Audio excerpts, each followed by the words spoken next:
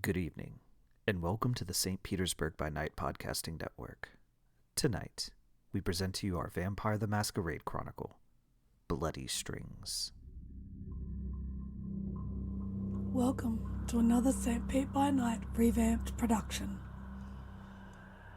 The following is rated for mature audiences and may contain graphic themes that will be distressing to some viewers.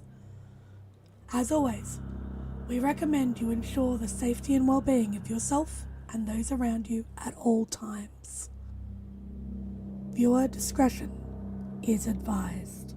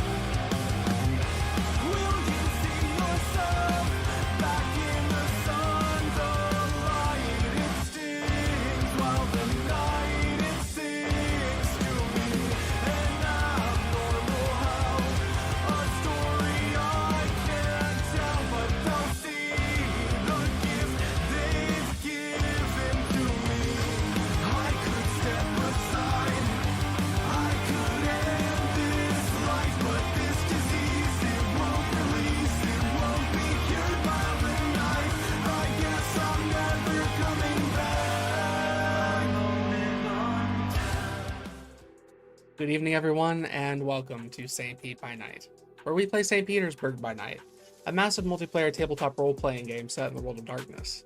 We play Vampire the Masquerade, Hunter the Reckoning, and Werewolf the Apocalypse. I am your humble storyteller this evening, Devlin Kane, one of many junior storytellers here at St. Pete by Night. Make sure to check out our St. Pete by Night social media platforms. That includes X, TikTok, Instagram, and YouTube. But the thing you really ought to go check out is our website, stpbnight.com. We have a city map, storyteller profiles, and a one-of-a-kind threat meter. And if you aren't already subscribed here on Twitch or YouTube, wherever it is that you're watching this, go ahead and hit that follow button so you can go back and catch up on past episodes. But if you wanted to play with us, which I really think you do, come join our Discord. What are you waiting for? Come join this amazing community that we have helped put together. Today, we're watching Bloody Strings, one of many of the chronicles here at St. Pete by Night. I hope you enjoy the show. Let's meet our players. And these are my lovely players. Please introduce yourselves. Hello, my name is Noree, and I will be playing Bellatrix the Malkavian. And I'm Kyrie, and I'll be playing Grei Novak, Corridor with Big Dreams. Hi, I'm Kendall. I'll be playing Maggie Haywood the Hakata. Hello, I'm Lekar, and I am playing Matthew Halden, the Man in Black Tonight Toreador. Hello, I'm Truckexe, and I will be playing Nicholas Baldridge, the Questioning Malkavian. Hi, I'm Mew, and I'll also be playing a Malkavian, Sophie Clews. Thank you very much. Last we left off, trying to get ready for whatever it is this group from Chicago that seems to be antagonizing the Coterie, particularly by stealing one of their touchstones and wanting to get their hands on the Keeper of Elysium, Edwin Kane. The group kind of split off to follow a couple of leads that they had. Nick, heading to kind of a lounge slash bookstore, kind of, or not store so much, of a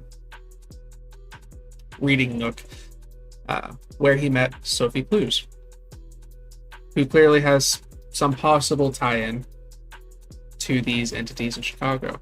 After he broke away from them, the rest went to a mortuary, where they met Maggie Haywood from Coterie. It's been roughly a week since I met these individuals, and tonight we're going to follow some of the singular activities they committed to in that time in preparation for what's to come next. So, let's begin with Grei.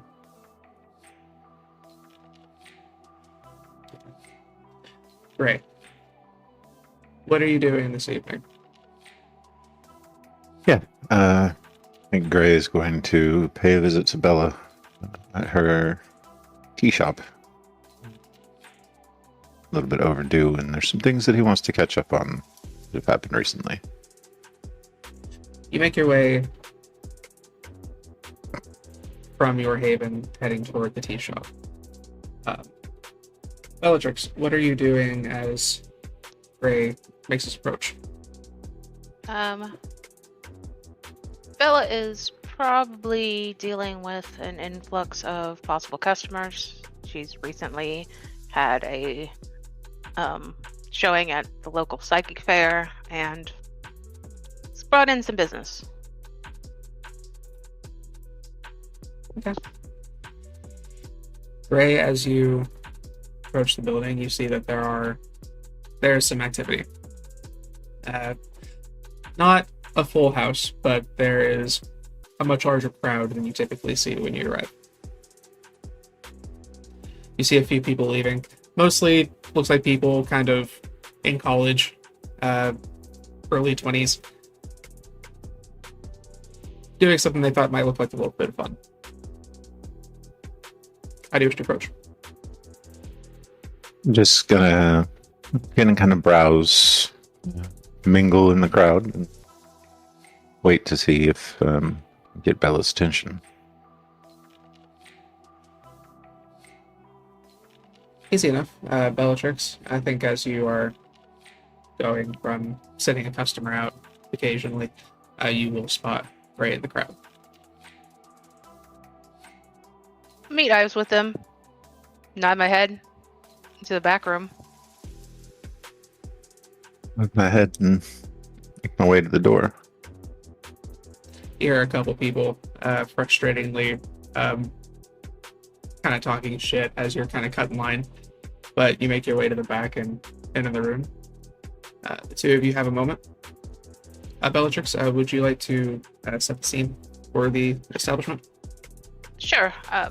She'll lead Grei into the actual, or beyond the reading room, into the library behind it, which really has several comfortable chairs, couches, bookshelves. Pretty colorful.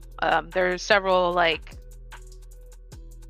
curtains or things that are decorating the walls, not necessarily windows, but like very sheer curtains that like are along the walls as decorations.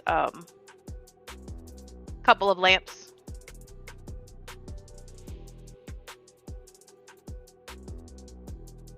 She'll flop down in the chair, one of the chairs. Didn't expect to see you tonight. You just expect to see me every night. But business looks good for you. Very good, in fact. Recently had a big thing, and people have come in because of it. So A big thing, just a thing. it was a psychic fair. Oh, that was your affair. Well, multiple businesses, but I arranged it. Well, good job on that. Thanks. Curious. And I don't want to take up too much of your time, so you can just give me the answer and I can be on my way. Where exactly was Matt's friend being held? In a truck, I think, being moved. And the people that were moving her, where are they at? What do you want to know? You Do you do wanna have stake it customers. out? Do you want to stake it out? No, I want to go talk to them. What about?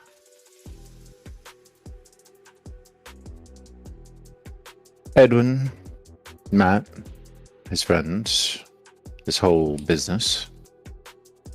Why? I don't have enough answers. Also, I want to know how they got my phone number. Did they send you with something too?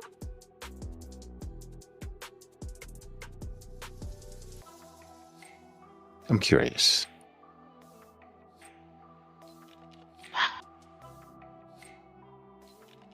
Interesting. You're usually the one that says don't mess with the elders. But is it because they're messing with us? Are we sure that these are elders? Are we sure these are even our elders? I think one is. But he's a Nosferatu. Well, then he's being an absolute fool in the way that he's going about things. He's acting like a blunt hammer instead of a nice scalpel. Fair. If he's this desperate, there must be a reason. And, well, if we don't understand why, then Matt's going to be compromised forever. And ever. Because if he wants something, he'll just take something else from Matt. Or one of us.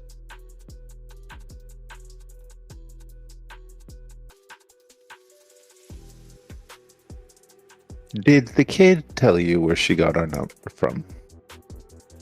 No, she hasn't. So that means he gave it to her. Probably. Which means they have our numbers. How did they get that? Good question. I want to go with you. I'll hide. Okay. I didn't think you'd be up for it. But sure. I'm curious of these questions too, and Edwin's not going to be forthcoming. No, I don't think he is. I think if we want answers, we're going to have to get them from the source. Agreed. Now, you So- do realize they could potentially kill us.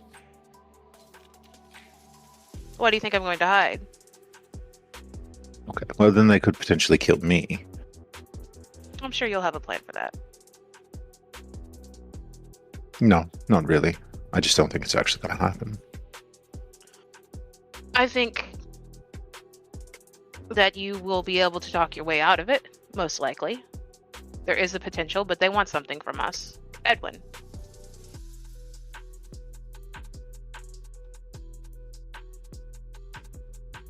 So, how long till you close? A couple more hours. Okay, then. We'll wait till you close, then take a trip. Knock on a few doors. Glad hand a little. Okay. Should warn you, it's just right in, beyond the Anarch territory, right in Tampa's territory, so we have to be a little quiet. And we should be worried about that. Why? Just warning you. I said we have to be quiet. Heard the big mucky-doos in Tampa are scary. Well, I'm certain they are, but again, wouldn't be the first domain I violated. Long as no one finds out, I think we'll be fine. But see, you always have to leave them a way to know that you were there, because then where's the fun in it? Oh, I think we should poach. poach someone while we're there. You can poach someone. I'll watch. You've never been hunting in Tampa, though, have you? No, I have not. You want to give it a try? tempting. I mean, just across the border. Hop, skip it a Maybe. jump, and we're back on this side. How about I decide when we see how the conversation goes? That's fine. That'll work for me. Okay. I might end up hungry, so this might be a yes. It's you. You're going to be ravenous by the time we get done. I do so much. So taxing. Maybe you should do less. Then we'd all die. Or No. fail.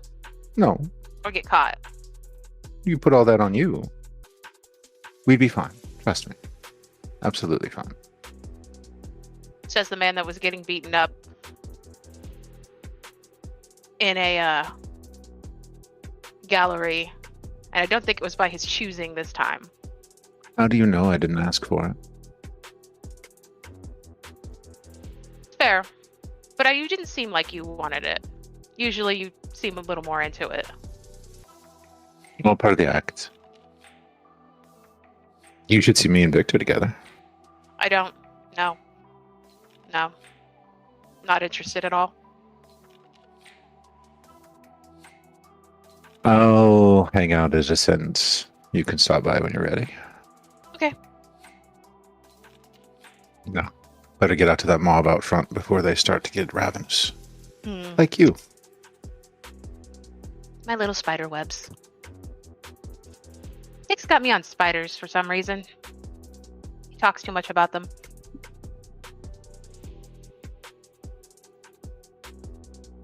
Yeah, don't follow his spiders. I'm building my own web. Why would I follow his or anyone else's?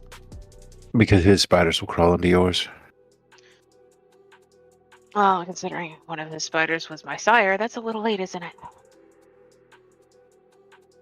Did you just say something bad about him? Called him a No. spider? I don't think he would care. It's called the cobweb. That name's awfully gauche. I liked it when it was called the Madness Network, honestly. They should just call it something like Through the Looking Glass. Maybe that's a little too on the nose. And the Madness Network isn't.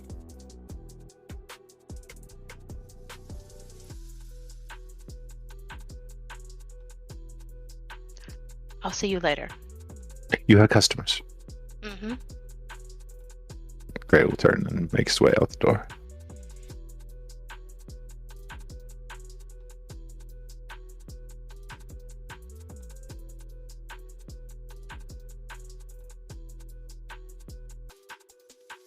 You're muted. You're muted. Son of a bitch. Alright, so as you're leaving, we will pan back and shift the scene a little more westward. And see what Haywood is doing. Just a moment. Maggie, what are we doing this evening? She's just going about her normal business, but right now she is going to, go out and see what she can find. Primarily to go and see if... Where seems like the best place that she would be able to find other Hikata around here, because she knows that usually they would hang around in, like, more neutral places. But she is kind of a little bit out of touch with the family. But she knows she has to more or less make her presence known to them. You have heard that there are a couple that tend to kind of cling to Camarilla spaces. But I'd say coming into the city, meeting with everyone, you would know that there is a mortuary in the neutral zone. Kind of on the southeast kind of area of the region. Are you heading that way, or are you wishing to? She'd probably look up the place and call first. Seems kind of rude to just show up. Right. You get the number, and you call. After a couple of rings. Beaumont Mortuary, how can I be of assistance? Hello. My name is, Maggie Lewis. I was wondering if I could speak with your owner. I am from a, different mortuary, and I was wondering if we could, trade notes.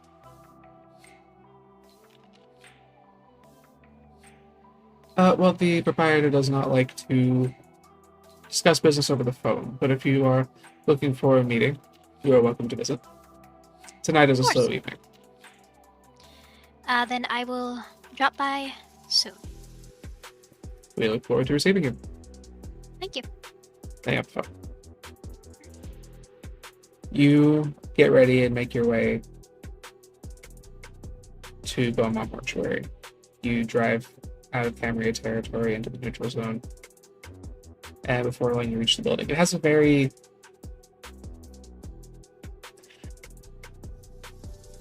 You can clearly tell its design is very modern, but it does have very Gothic callbacks to its design. And as you approach the place, this metal gate opens up in front of you, allowing you to drive into the area.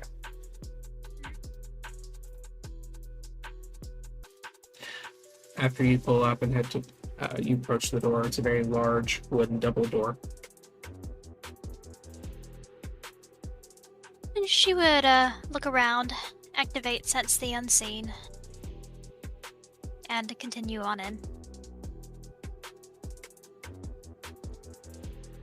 You step in.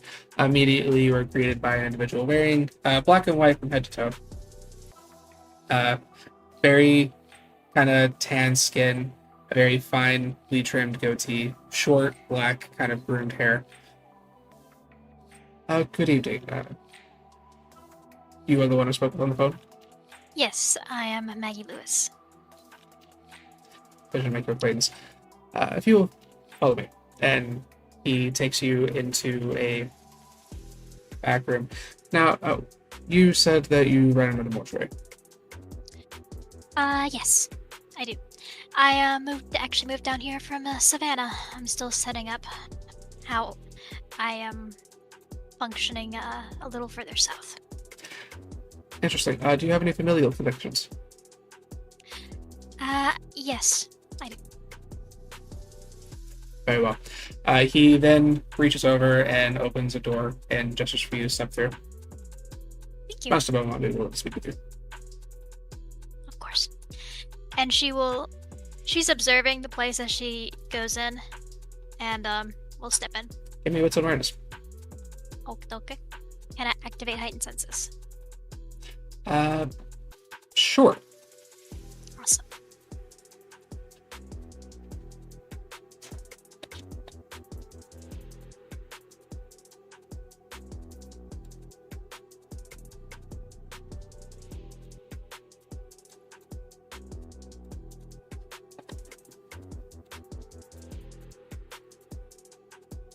I'll take that. That's 2.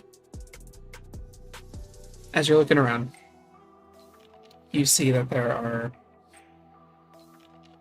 In this little backspace, you're kind of in more of like a set of offices. There are 2 doors that you were standing next to, each that have their own little plaque next to them. The one that you entered said William Beaumont, and the one on the right of it said Harkin Beaumont. Harkin has like PhD kind of modifiers to it. William didn't have any kind of notifications on that. However, they did have a emblem underneath that. Sure. It is the logo for the Pinkertons. You step into the office. You see much less of a study. When you step in here, you see that there is a kind of long table under a window overlooking the grounds. that has a couple of medals kind of on display. You notice that there are a couple of shelves underneath that are fastened with a lock. He has a desk in the center of the room. Above the desk is a mounted, rifle from, the 1800s. He is wearing a vest. His jacket is hanging on a rack behind him. A buttoned shirt with stripes rolling down the sleeves, and a tie going down to the vest. He has a derby hat resting with his jacket as he kind of leans back, waiting for enter. She will enter, make sure the door closes behind her, and then give a respectful nod to him. Miss Lewis, was it? Yes, it is my polite name over the phone. And what is your actual name? Maggie Haywood. Miss Haywood. How long have you been in the city? Oh, only a couple of weeks. But I wanted to, see what family that was in the, city. There are a few members here in the city, but a couple of them,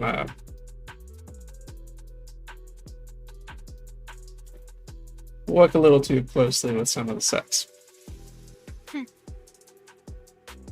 I won't take offense to that.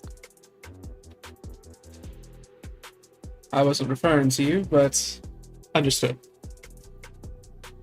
You've been in the city for this amount of time, and you're only just now stopping by. It's been a whirlwind trying to get everything set up and settled. Do we have... I'm sorry, let me see how to phrase this. Is there anything I should expect from this city? I know, from what I've heard, it's pretty strange. Well, this city's a shithole.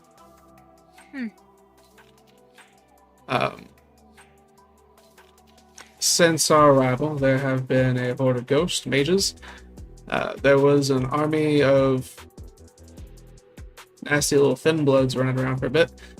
It seems like every other week there's a fire or an explosion, and an entire museum got swallowed into the earth. I can't imagine a worse place to live. But here we are. It sounds interesting. It was for 5 minutes. The study didn't outlive the experience, did it? However, we have been asked to maintain a little home here, in case anything else were to spring up. Seems the family enjoys having a decent relationship with the Camarilla City. So Miss Amethyst continues playing house over there at the south side, and I do the actual work here at the mortuary. Me and my brother, of course. Oh. It's always good to have family nearby.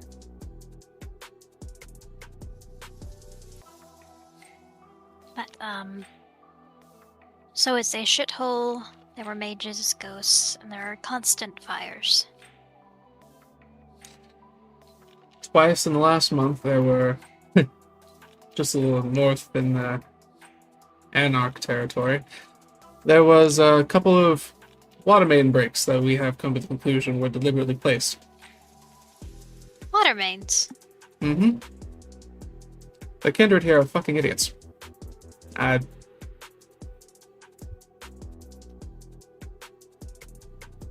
don't know how they've lasted this long, or how they became recognized by their betters, but here we are. Everyone likes a pet project.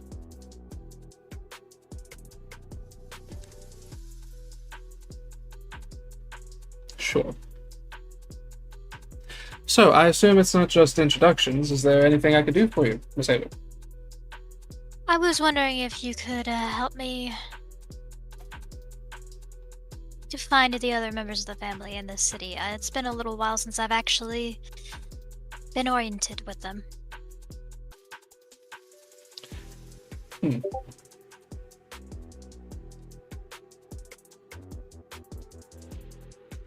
Well, Hawken, my brother, tends to handle most of the Picado-related family business-related things here in St. Pete. I tend to clean up the messes. Do you ever require assistance cleaning up messes? I'm pretty efficient, Okay. but I do appreciate the offer, and if I have to clean up a mess south of the border, I'll be sure to reach out.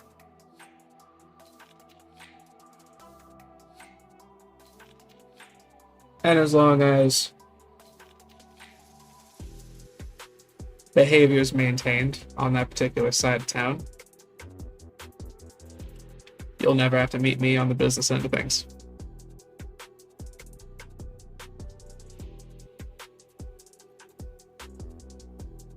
Hopefully I don't have to...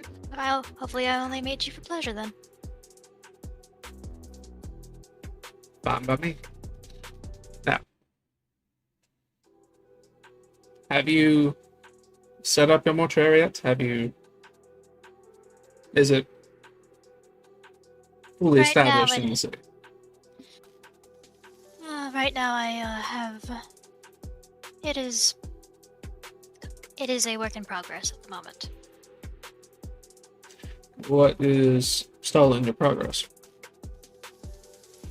Bureaucracy. Mortal bureaucracy takes time.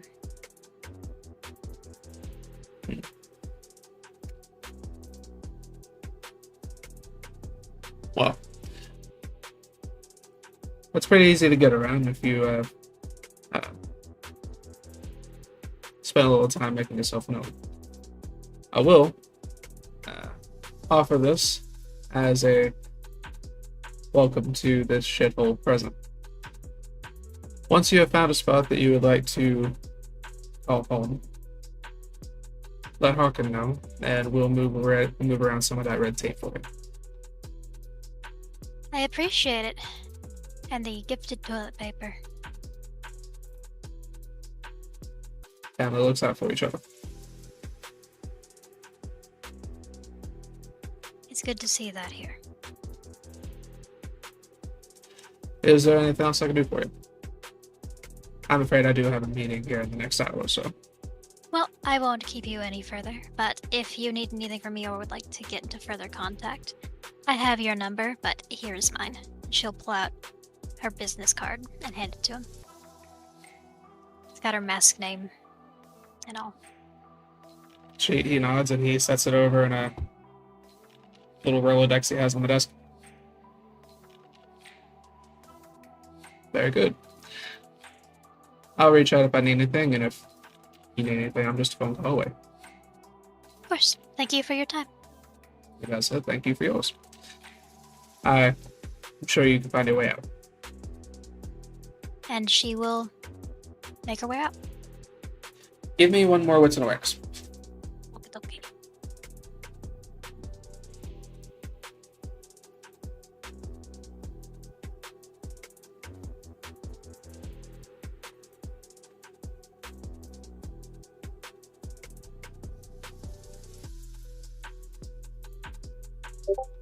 That's 4 successes. As you are walking out of his office, you notice on the back wall by the door, there's a little folder that looks like it's pretty thick. It's got quite a few documents inside of it. And written across the top of it says watch list.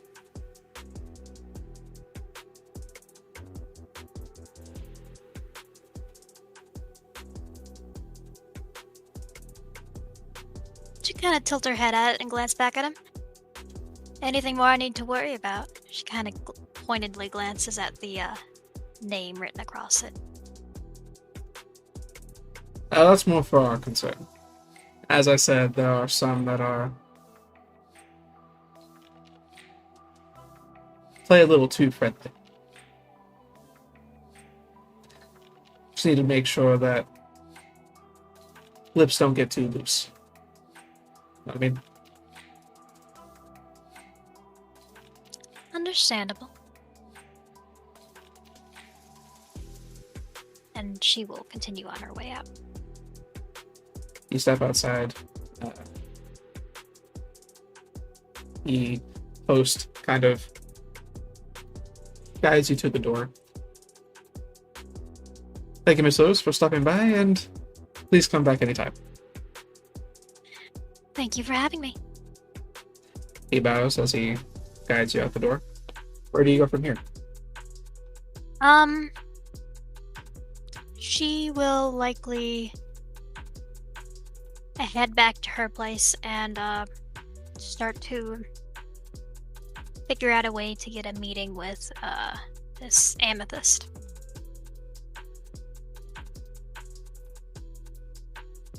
With that, we will shift scenes. Bellatrix, where do we find you this evening? So Bella's actually gonna leave earlier than she told Grei. The shop, she's gonna leave it to Ophelia, and she's gonna take Sarah to see Matt at Matt's gallery. Going to see Matt. Alright. Matt, while Bellatrix and Sarah are approaching, what is it that you are getting into? Matt is just messing around just screwing around with a painting, just throwing paint on a canvas at this point in time.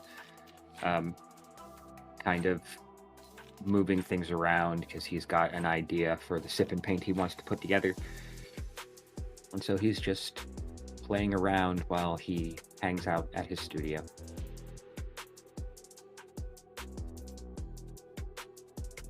While you're waiting, there's eventually a knock at the door. He will get up, put everything down, kind of wipe his hands off, and go open the door. Hello, Matt. What's up? I would like your services. For you, Your artistic anything. services. Don't say that. Yeah, I know. I should learn how to. Yeah. Anyway, what's up? Come on in. I'll bring Sarah in. So, when we were at the inspecting the bodies, I had a vision. I know who killed the men, and I'd like you to draw him.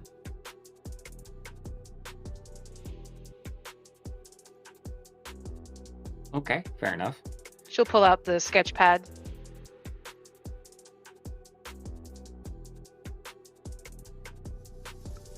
Yeah. So if this is what is happening here, Bellatrix, go ahead and give me...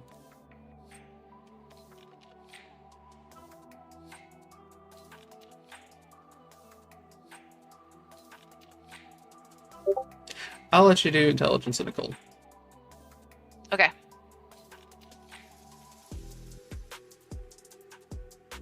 And Matt, go ahead and give me wits and craft.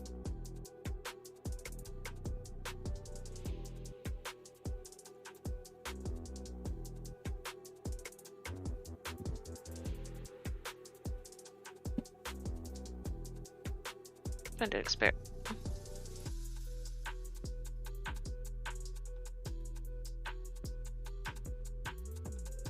4 successes. I got 3. Okay. You managed to get a pretty good impression with the information you gave. It's just the profile that you saw before, but you can clearly see the kind of twisted face, the scarred mouth, the very elongated ear. I'd say you're pretty satisfied with the image. As Matthew finishes it. I'll take it, nod, and then show it to Sarah. Was this the one that called himself the prince? Sarah looks at the paper and you do. Give me what's inside. Either of you.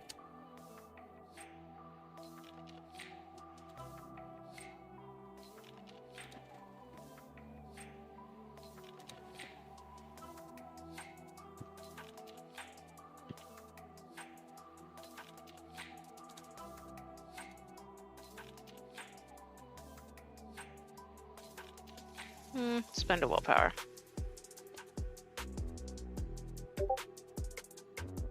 Three successes. You catch for just a moment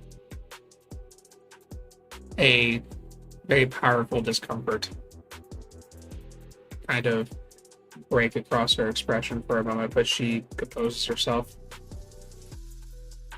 Yeah, that's him.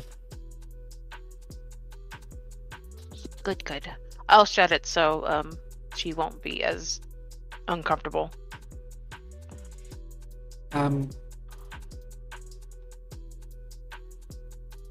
So this isn't the prince, and he is attacking you? In a way, yes. He's stolen something valuable of Matt's and is holding it in exchange for Edwin, honestly.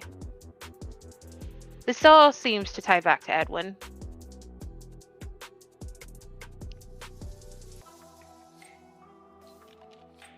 Sarah, how did you get our phone numbers?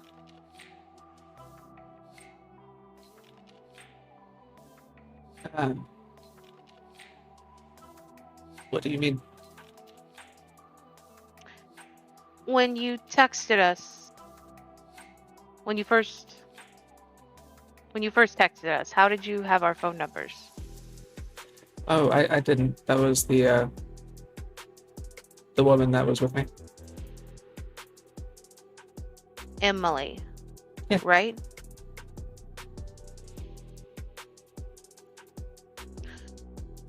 Do you have a contact with this Emily? No, I haven't heard from her since she left me.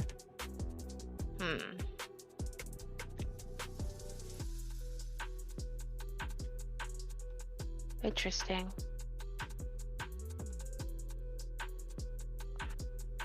I've heard of Emily's recently. I wonder if it's the same one. I'll have to see.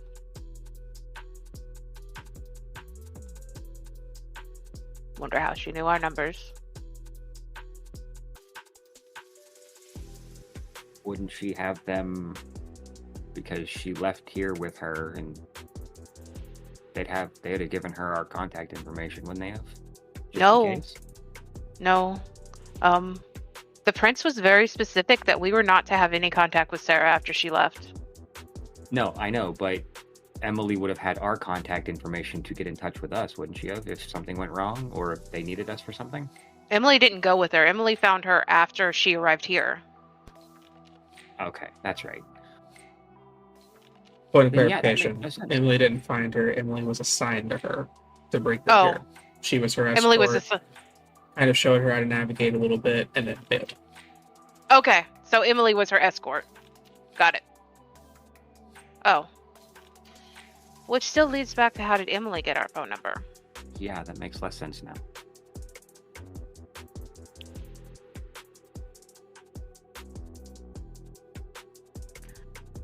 Grei and I are gonna circle back around on that. We'll let you know if we find anything out. Okay. Cool. She kind of looks around. Did you paint all these? Yeah. It's what I did before.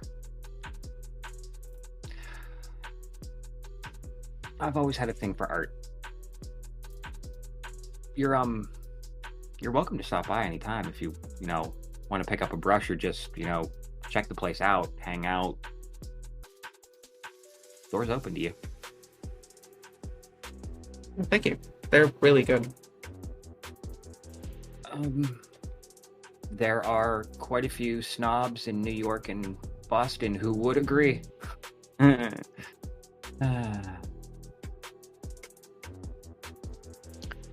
Matt's clan is,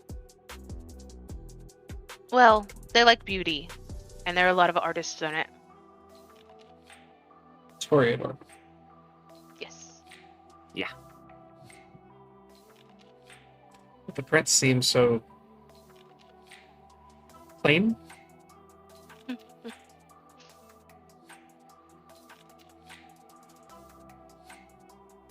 He's Eccentric.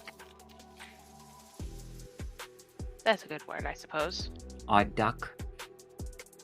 That's a better word. I suppose that is hypocritical coming from me, but hey. You have your own art form. I'm not a Toreador, though. I'd leave that to you and Grei. Yeah, he's got a completely different medium. He doesn't paint pictures with paints and brushes. He's a bullshit artist. Grei does seem a little weird. Easy to figure Grei out. Grei cares about Grei and wants everybody else to care about Grei. I mean, I went to school for theater, but that is a drama queen if I've ever met one. Give me what's inside.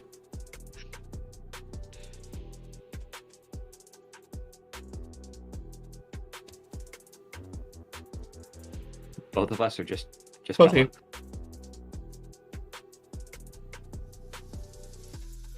I'm going to spend a willpower.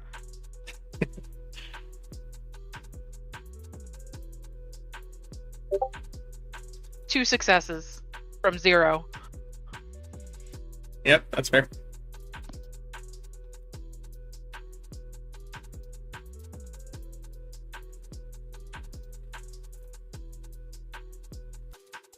Yeah, I spent a willpower too. 3. You both kind of watch her for a moment, or as you're observing while you're talking, and you bring up Grei and make your comments. She seems to consider them very strongly for a moment,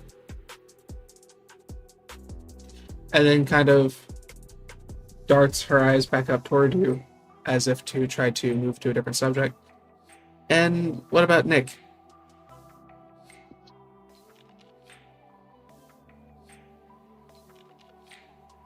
Nick is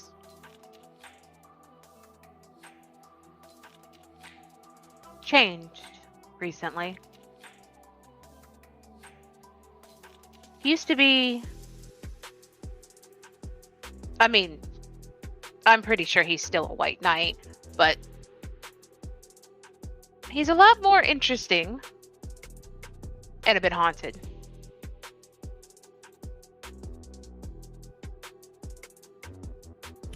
And as long as, we can keep the interactions with Blanche to a minimum, I think we'll be okay. Would be good. If you ever start speaking in a southern accent, If he starts talking like this, you should be concerned. That's weird. Tell us about it. Okay. How concerned should I be?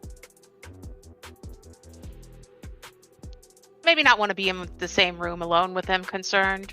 Yeah, if it happens, let somebody know as fast as you can.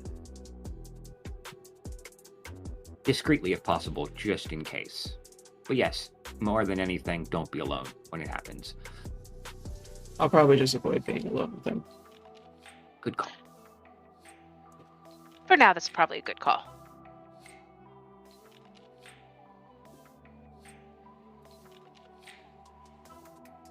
She kind of sits there for a moment.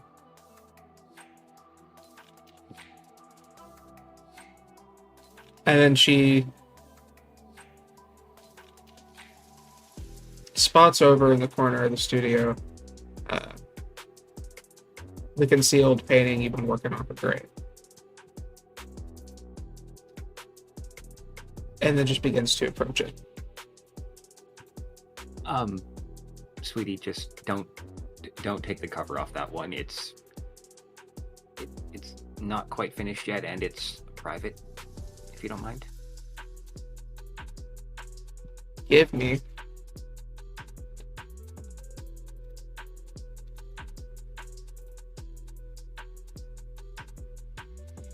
a charisma persuasion.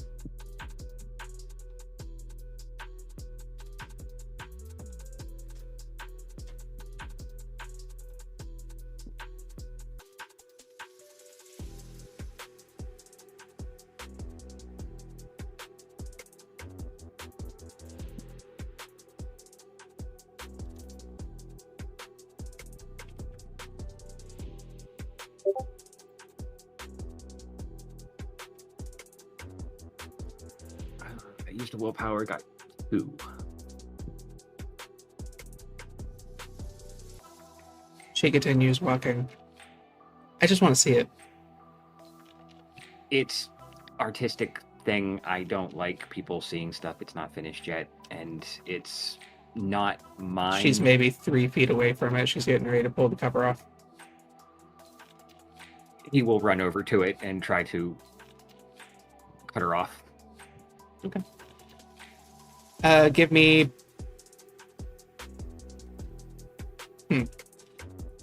give me... Dex and Athletics.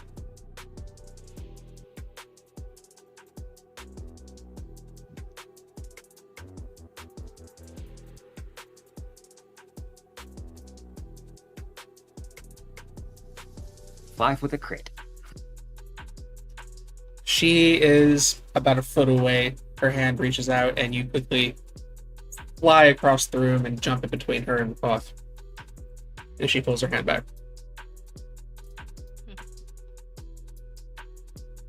Mentally thinking he can move when he needs to.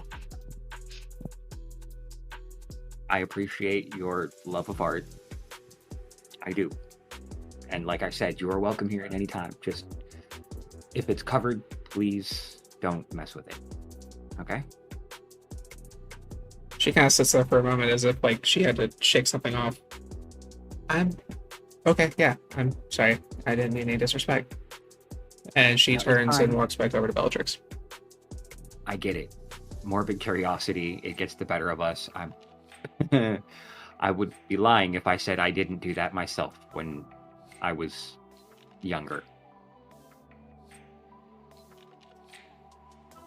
She, at this point, seems to kind of nod, but has gone kind of quiet, nonverbal.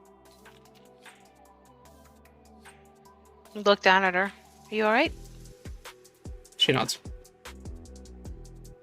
Do you want to head back? She nods. Okay.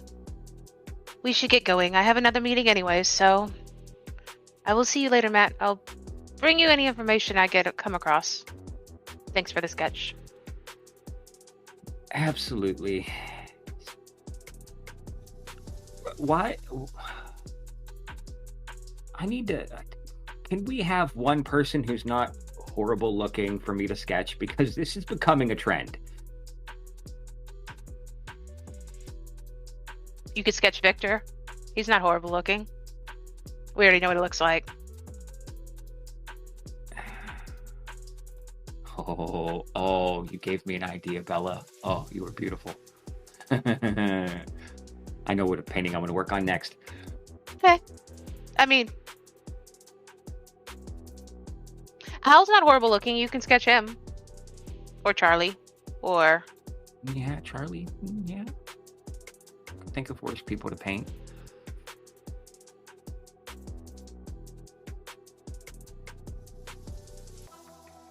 There are a few people, I suppose, but usually these are for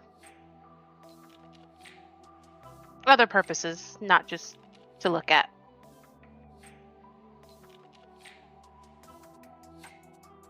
Just as long as it's pretty people from now on. That's all I care about.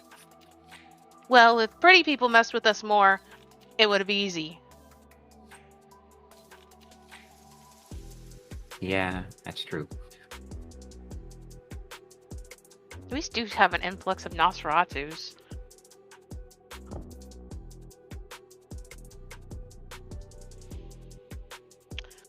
All right. I will see you later, Matt. All right. I'll talk with you soon, Bella. Sarah. Be safe out there, you two. Sarah nods and follows Bellatrix out. Has she gone nonverbal before? I'd say you've probably seen this a couple of times.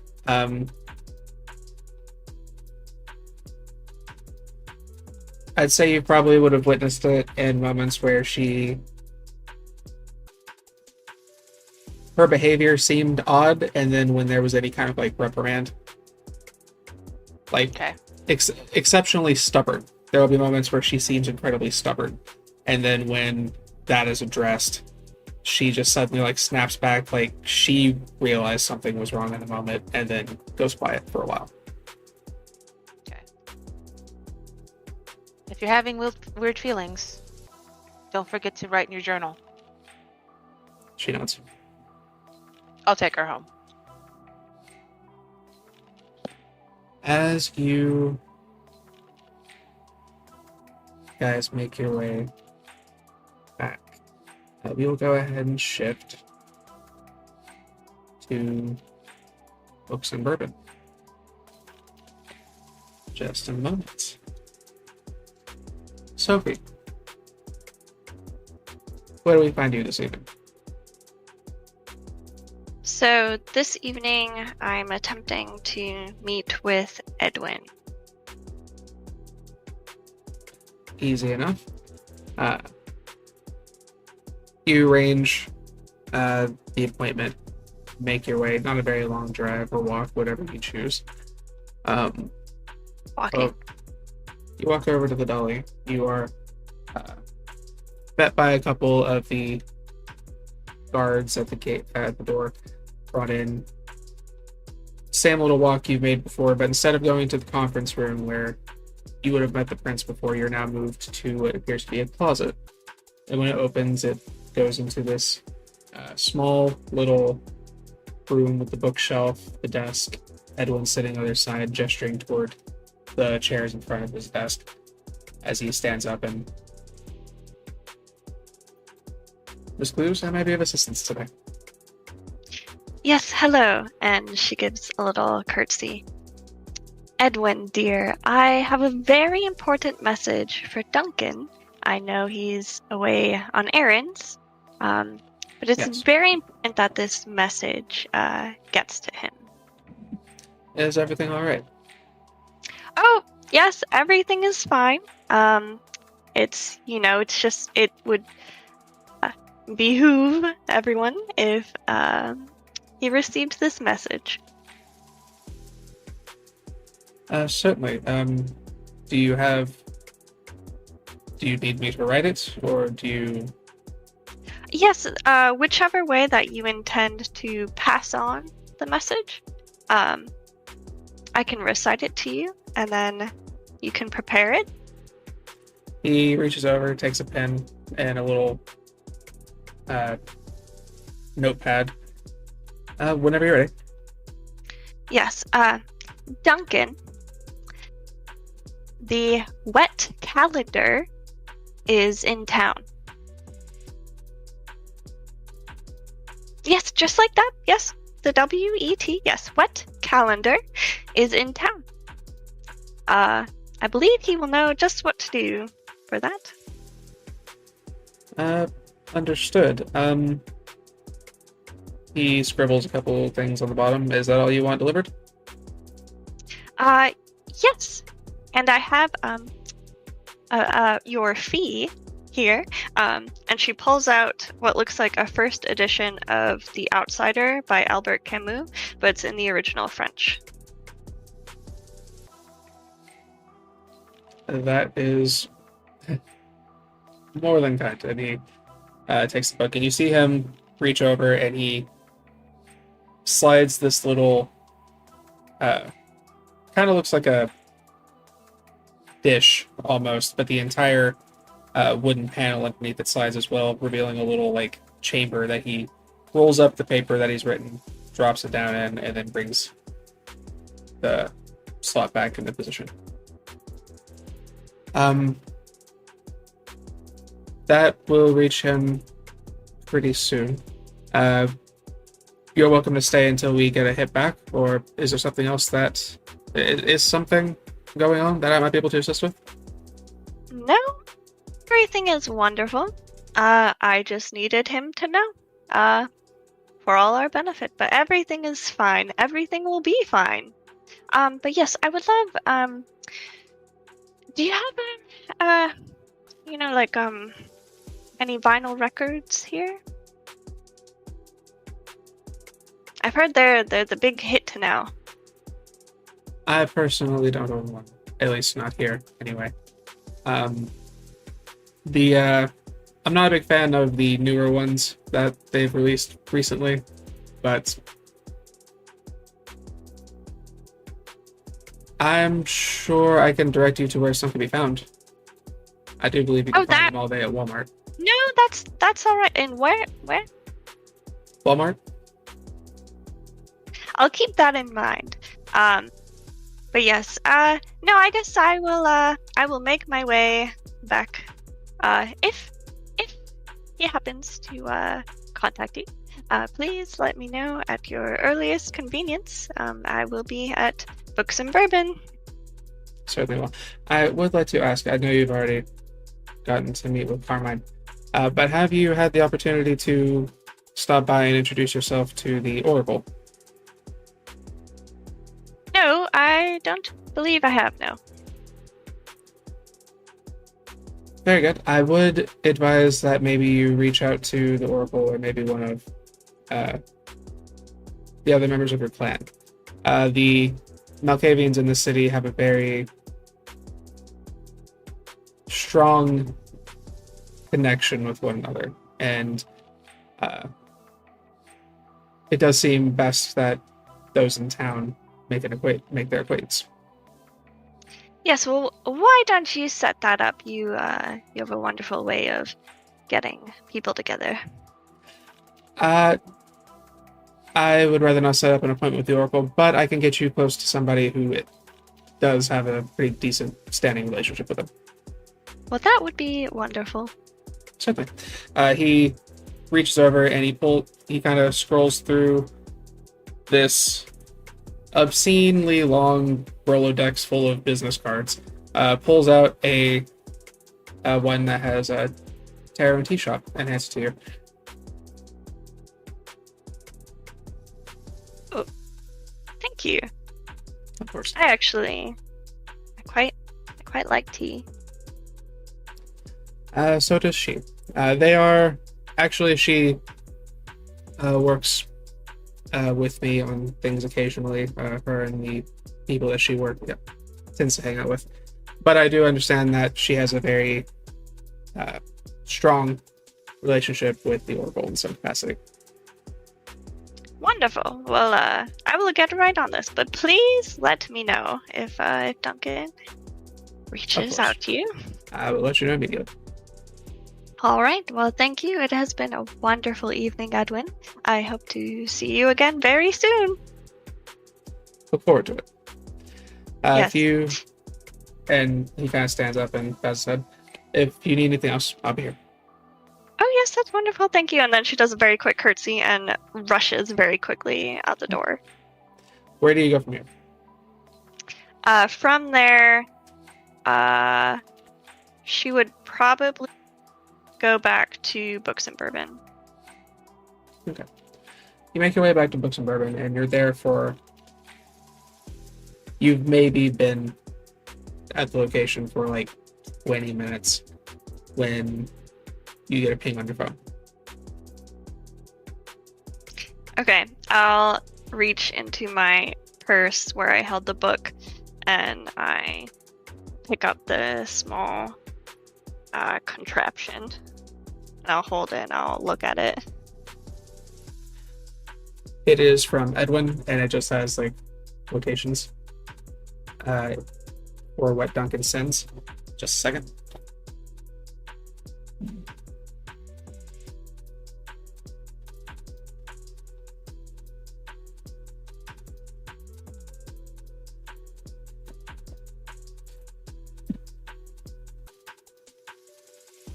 Burrow now, burrow fast. I'll be home soon.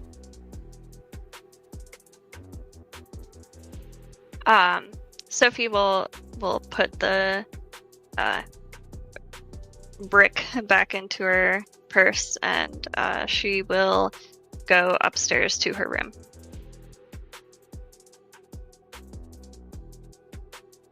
Okay.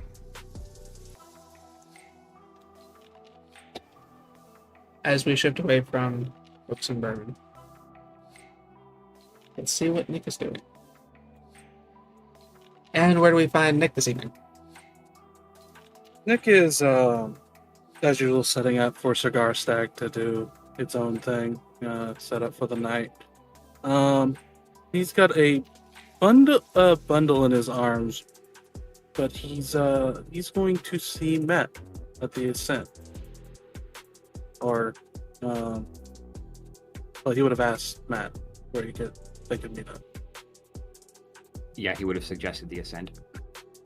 All right. The two of you make your way and meet up at the Ascent. The scene is yours. Nick will walk in, offer a genuine smile. Hey, Matt, how you doing? Matt will be in the kitchen mixing up his stuff. He'll just look over. All right, considering. I'll make sure not to smoke at the moment. So you got a second? Yeah, what's up? Just thought I'd get something that I think you could appreciate, maybe. At least gives you something to do if you find yourself spinning your wheels. I kind of also just wanted to talk. Well, that's a good thing, considering I wanted to ask you to do something for me. Or Fair. look into some things for me. Hey, name it. I know you're going through some shit. But first, I'll lift up the large bundle, putting it on the counter. I don't know how much you care for, modern media or entertainment, but I thought of you when I watched it. What is this? If he opens it up, it is the complete series of the original Leverage on Blu-ray.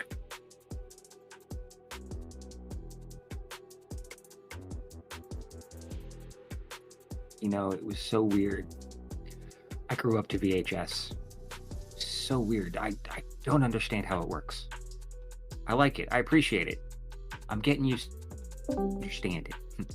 Hey, I can show you if you ever want me. Something to pass time if you feel you need to. Basically, you just put the disc in, and I can just, mark on the remote the buttons you press, and you should be good. Cool. So what is it? It's basically just a team of, the idea of Robin Hood, right?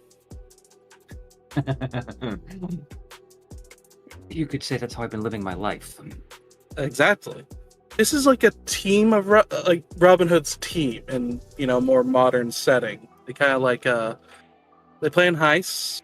Most of the time they go off the rail, and it's entertaining to watch that it never actually went off the rail.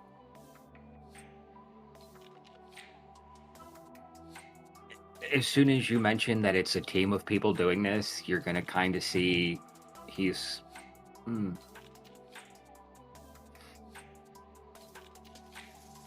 Yeah, I'll give it a try at some point. Nick's going to.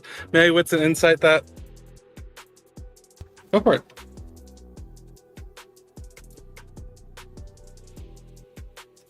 Matthew, would you say you're trying to conceal anything? Is this something that you wouldn't want?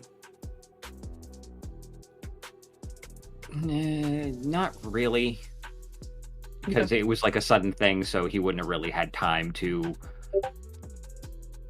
Actually, Truck, considering that was presented to you, that would have been the thing you would have caught on a Wits and Insight. So if that's just something you want to...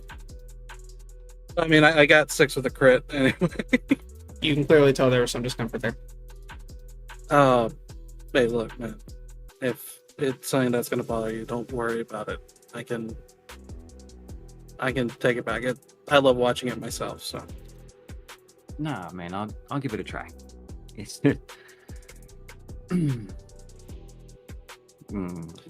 don't get me wrong. All you guys, fantastic. We work well together. Team sports didn't end well for me last time. It's fictional. I'll get over it. Maybe it'll be cathartic. Who knows? Makes sense. Pretty sure I'm picking up what you're putting down, man. I think I kind of get it. Obviously, I don't know, but I can definitely understand. If you ever want to just tell some stories of some people that are, existing in your head, so to speak, I've gotten here to listen. I appreciate that.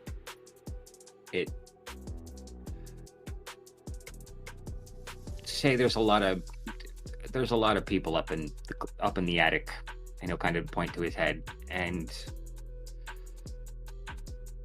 some of them came after, and a few of them well before. I think that's why I'm so hell-bent to make sure that this goes off without a hitch. Yeah. Yeah, I definitely... Look, we are a collection of our memories. We are a collection of the experiences we've gone through, whether for good or for worse. Who we are is informed by that. I mean, hell, y'all have been seeing what having memories diluted or misinformed can do to a person through me. So, I'm not going to tell you how to feel on the subjects, but I will say, at the very least, they're important. And there's value in them being important.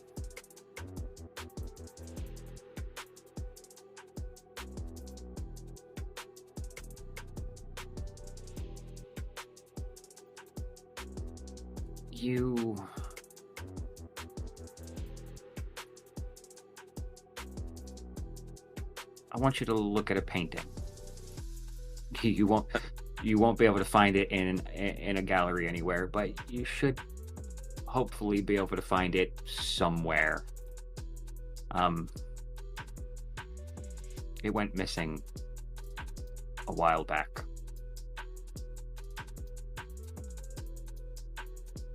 And I'd like to think that that's all you need to know about me when you look at this painting. Never to do so, then. Storm on the Sea of Galilee. You will see, there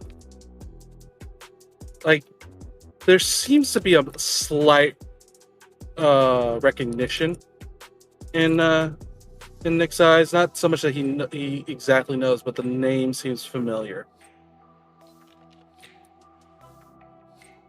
But he'll just nod, take it down in his phone, look at later.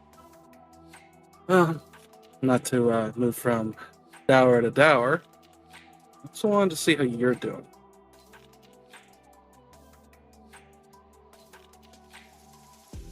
Keeping it together. Well, I see some pots of vengeance over there, so at least that's true. This is just to... It's just to keep the rats away. Yeah, they've kind of infested a bit, haven't they?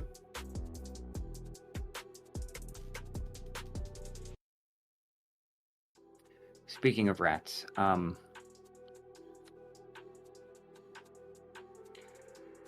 wanted to know if you could look up kind of do some digging, see if you can find any locations we could use.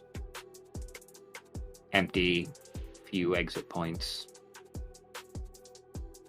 out of the way, so we don't have to worry about foot traffic. Thinking of a base of operations? More of an exchange point? Ah. Okay. Yeah, I think I could probably do that. I mean, it's Somewhere not where too if hard. shit goes pear-shaped, we don't have to worry about cleaning up a big mess. That's if things go good on our end.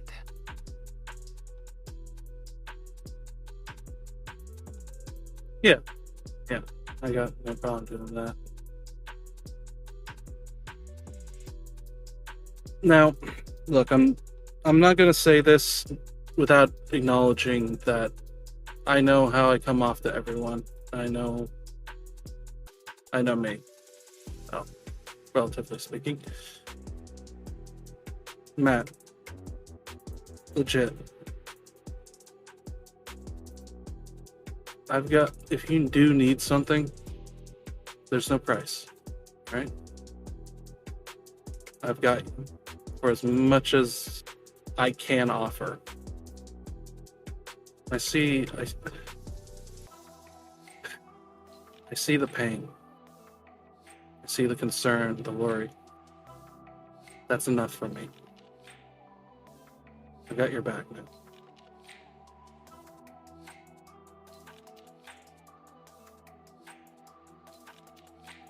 He's gonna go back to mixing all of his stuff, and he's not even gonna look up at Nick when he says this, and he's just gonna be like, there is one thing I'm gonna need from all of you.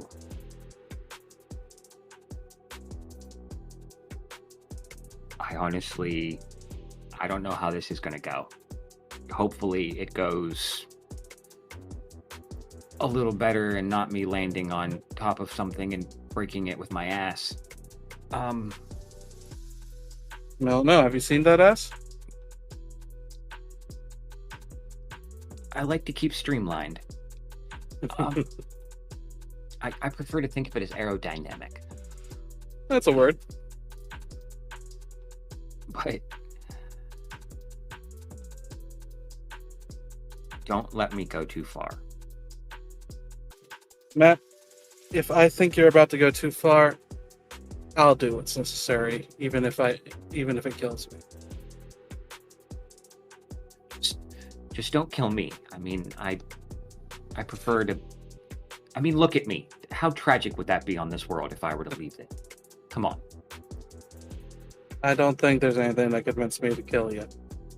There's at least 3 duchesses and 1 princess who would be very distraught if they found out I was no longer on this earth.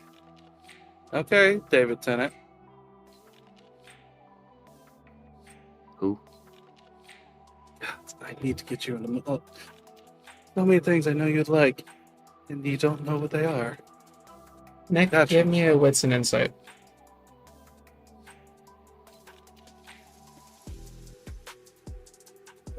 Awesome roll. Jeez. That's 7 with another crit.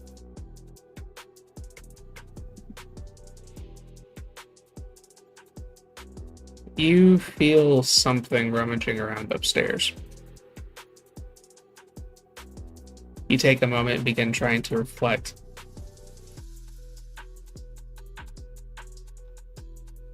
It's kind of like Al said, it's like navigating an old house. A lot of locked doors with a lot of tape over them. But you keep seeing out of the corner of your eye something scuttle across your peripheral. You continue following it until you get to the end of the hallway.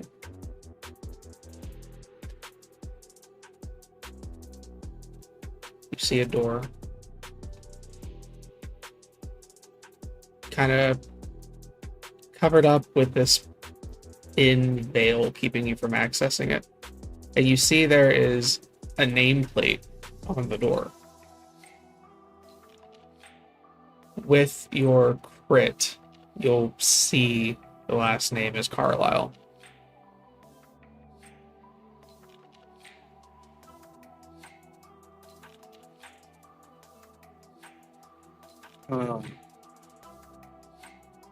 Other Carlisle.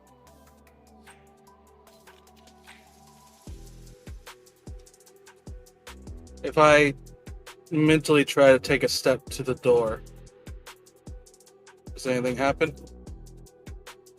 It seems to not want, you cannot seem to get past that barrier. Something here is not letting you through. However,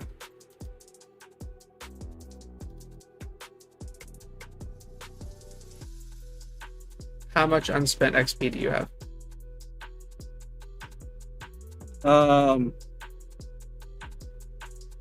5.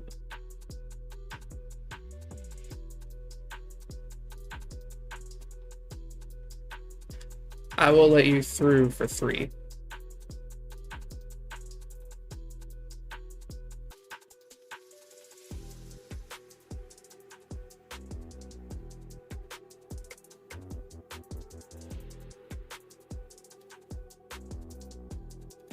Nick's looking at it. Nick remembers how many times his names are coming up. It seems to be tied to what's going on now. Nick isn't as reckless as he used to be. What's standing out to him is every roadblock trying to help Matthew.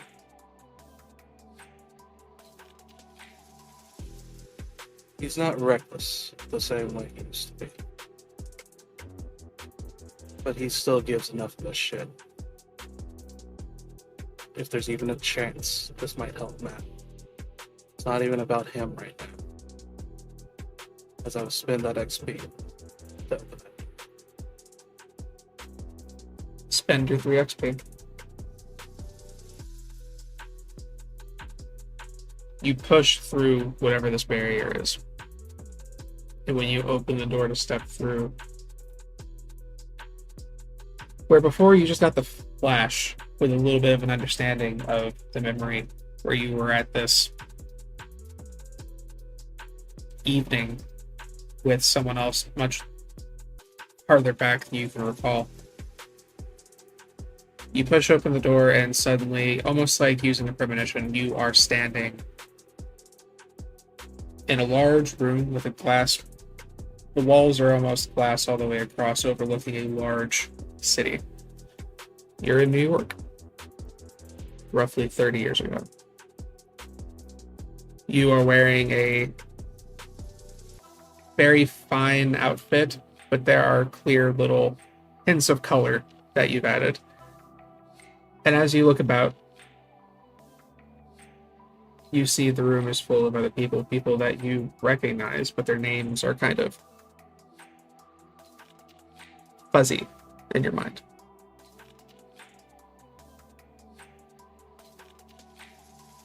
You kind of move about.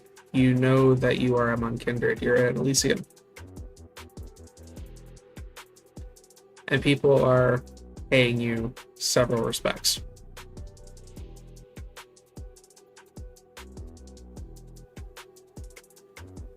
You hear a voice come from behind you. Well, there you are. I've been looking for you all evening. And when you turn around, you see a very colorful dress, sleeveless, coming up to the neck, and then whiskey to the face. It's like it's completely skin all the way over. No eyes, no mouth, no nose. Just the shape of a skull with skin stretched over it.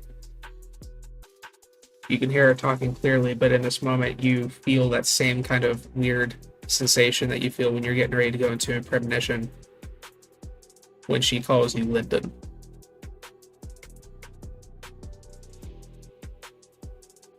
You recall that your name is Lyndon Carlisle. and you were an oracle in New York City.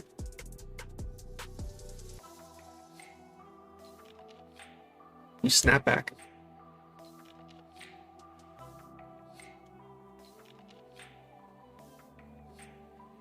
Nick will exhale. Lyndon?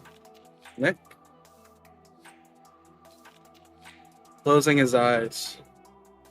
In his mind, Lyndon waits. My friend needs to Nick. I need to be Nick. And when he opens them, he looks back at Matt.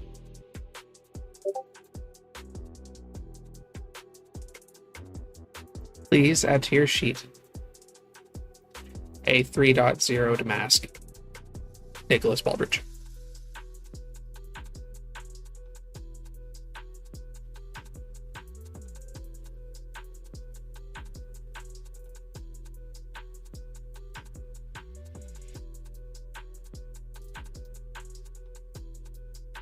Scene is yours. It looks back at Matt. Did Matt would you say Matt notice anything? The shift, the movements to silence? Matt just saw you go like vacant for like 2 minutes. You just went catatonic for a moment.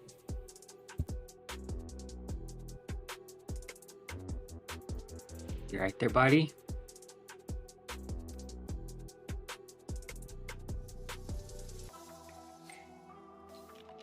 I don't know.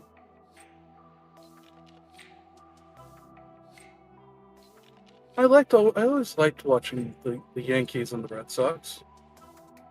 Not as much of a baseball fan as everyone else was. Anyway, yeah, there's some things, but at the moment, Matthew, I do believe we need to focus on you. But this, I don't know if it's connected, but some changes.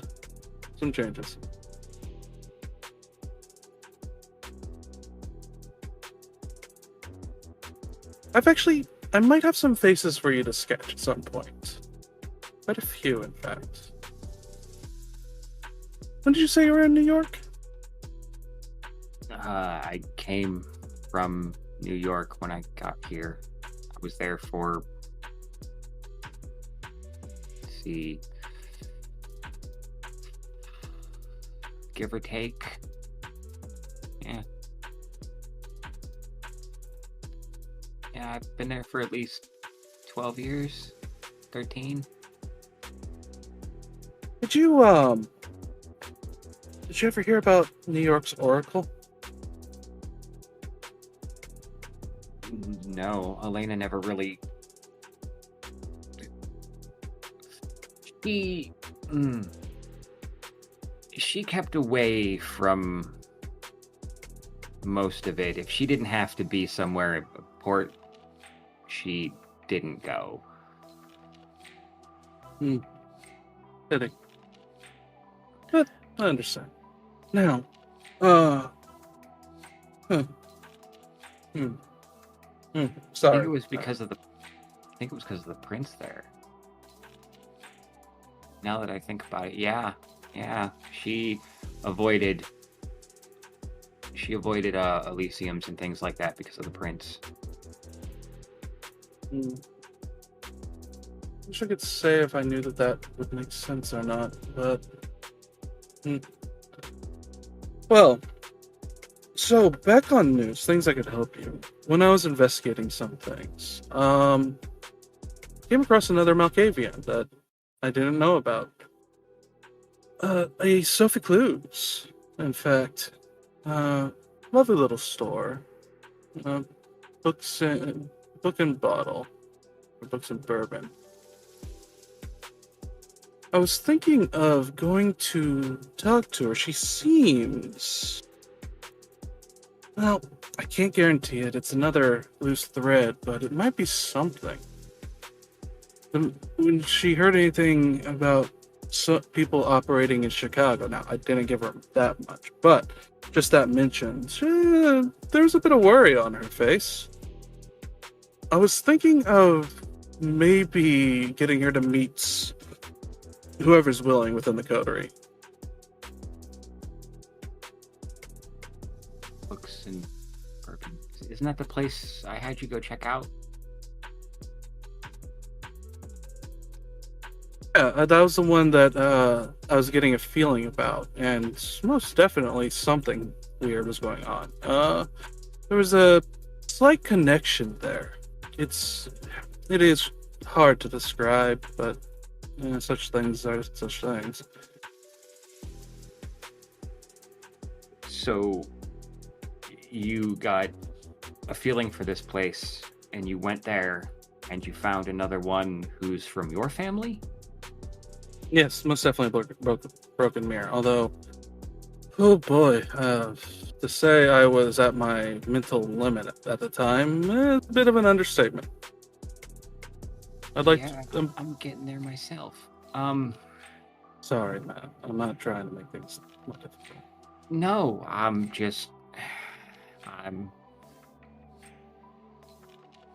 wondering how quirky this one is. Oh, yeah. I'm not one to prescribe so much to the stereotype around our family. However, sometimes it is a little bit more pronounced, and this is one of those times.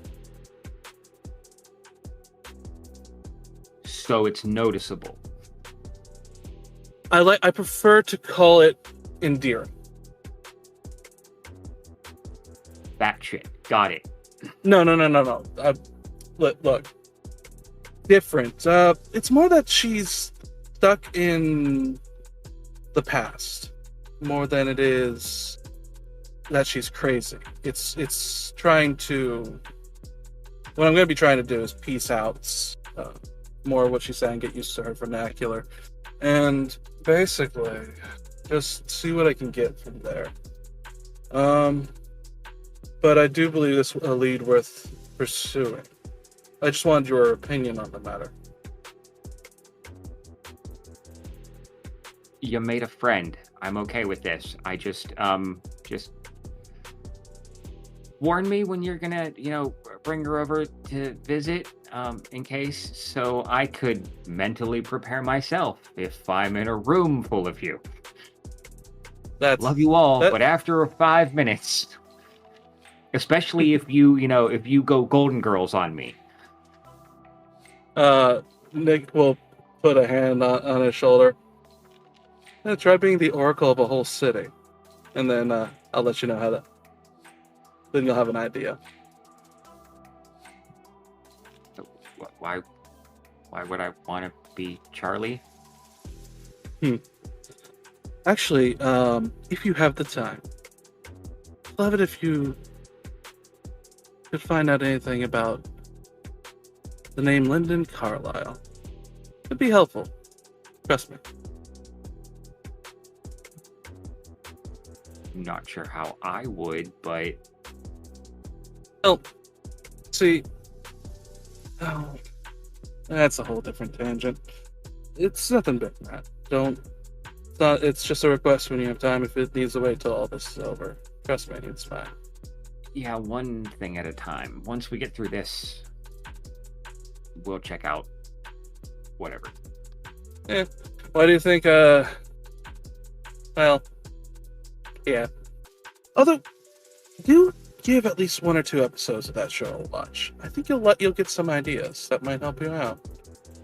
I think it's time I visited that Malkavian. All right. I'll be here. My statement still, as he's starting to walk out, my statement still stands, Matt. I'll do all I can.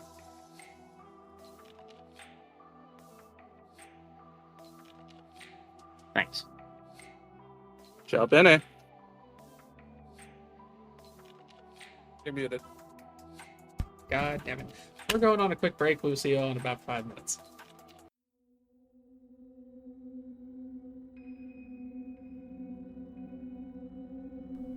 St. Petersburg by Night is brought to you through collaborations with our partnered vendors, Wolfpack Dice, Ember Fox Dice, Dragon Ink Dice, Bear the Bard, Champs Tramps, Penshi Artista, and Chromatic Creations. Links to our partnered vendors, as well as our Twitch and YouTube channels, can be found on our website, stpbynight.com. The official theme song for St. Petersburg by Night is Vampire by Faith and Failure. You could find them at faithandfailure.com. You can follow St. Pete by Night on all socials with the hashtag St. Pete by Night. If you wish to support our program, you could do so at coffee.com/St. Pete by Night to help keep the stories rolling.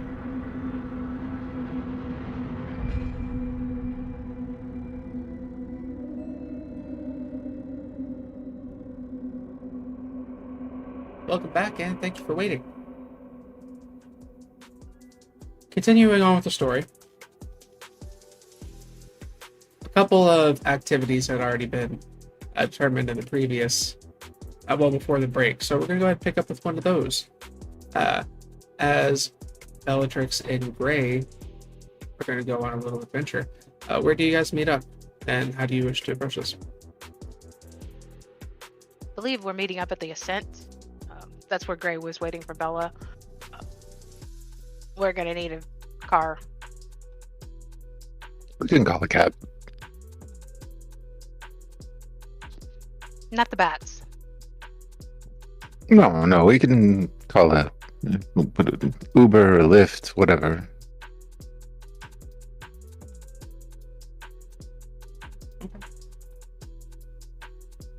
You get a ride and begin making your way.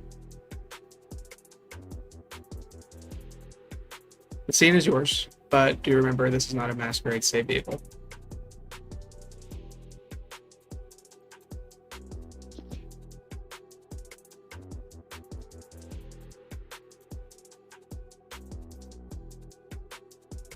Do you have anything in particular you want to say to them when we get there? No, I was going to let you do the talking. And you're just going to hang out and listen. Yep. Though,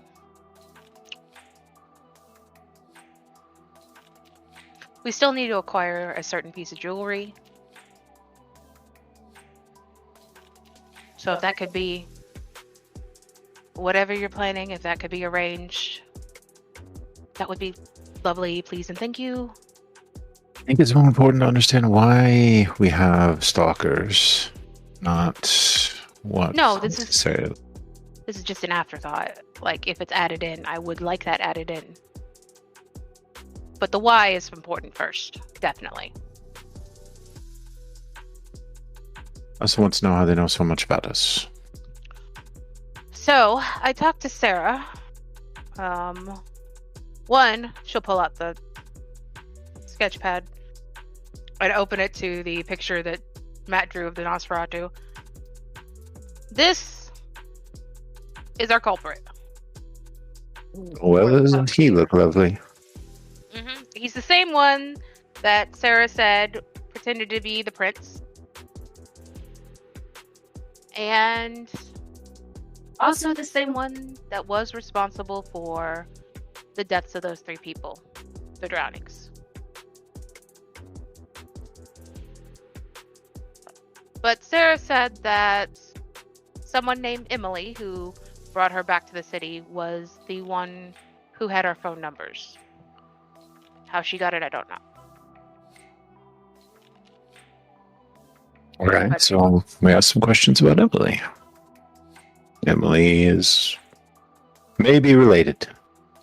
Maybe.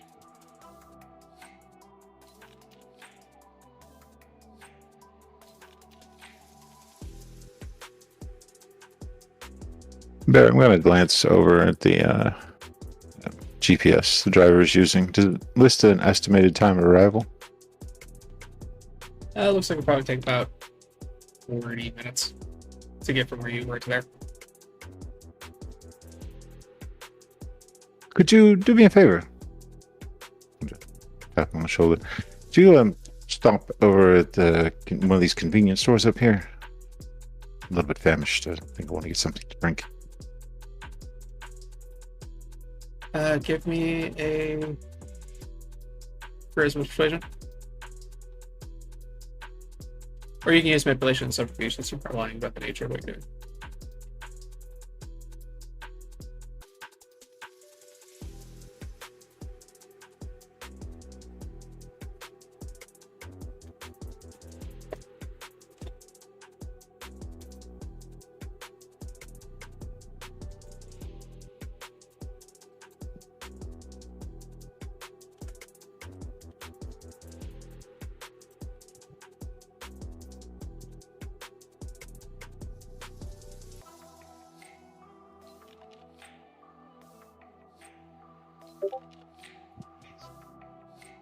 You're muted.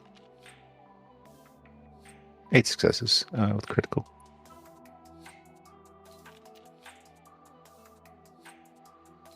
Yeah, sure, no problem. He drives a little bit, pulls off the road to a little gas station. I appreciate that. I'll make sure to tip very well. Appreciate it. Step outside. Bella. Uh-huh. I'm already on it. I'll lean forward. He's already been on it's only been a few minutes, right? Since we had our little conversation? Yeah. Okay, I'll lean forward and look at him. Hey, could you do me a favor? You can see he's a little nervous as he turns his head. I'll look at him. Cloud memory. Just forget the little conversation we had. I'm sorry, what were we talking about? I just zoned out for a moment. Music. What's your favorite?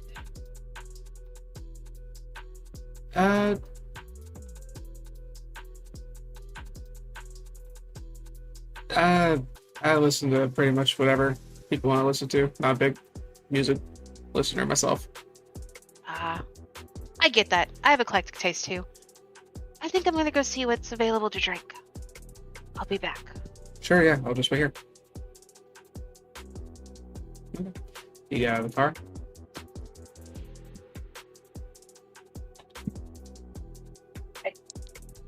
You need to be more careful with that. If they forget, why? Because we had quite a long ride ahead of us. True. And I don't know how far back you can go. But from what I've seen, it's not that far. Few minutes. You have a point. Try to see if I can make it longer. Might take a while though. Practice. I'm gonna head inside, buy a water, and then make my way back to the car.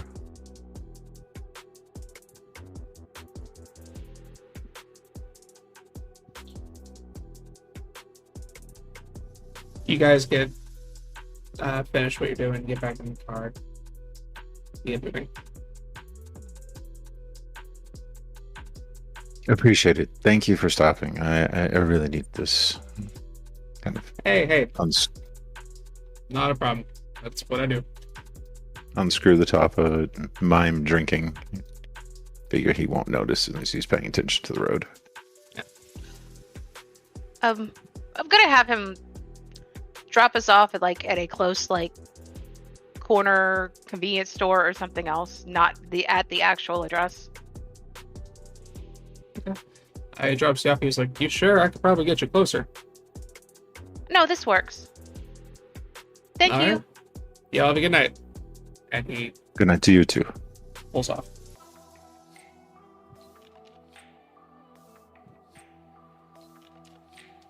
Do we have any other names?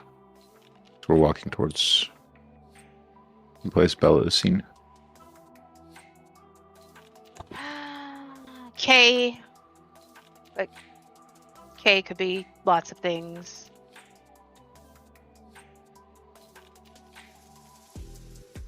But no names, other names that I know that are connected to this, no. Her dead sire.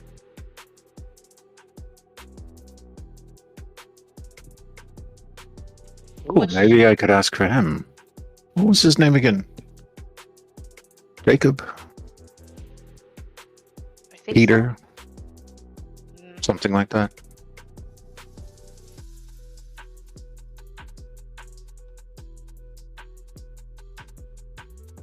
Or maybe I could just walk in and ask for Sarah. Trying to remember.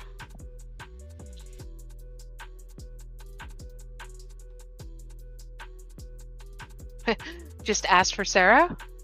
Or Emily. You could ask for Emily. Yeah, I could walk in. Have you seen my daughter, Sarah? She's about yay high, dark hair. Please, help me. That could work. Feel like she's been missing for weeks. You don't watch horror movies, do you?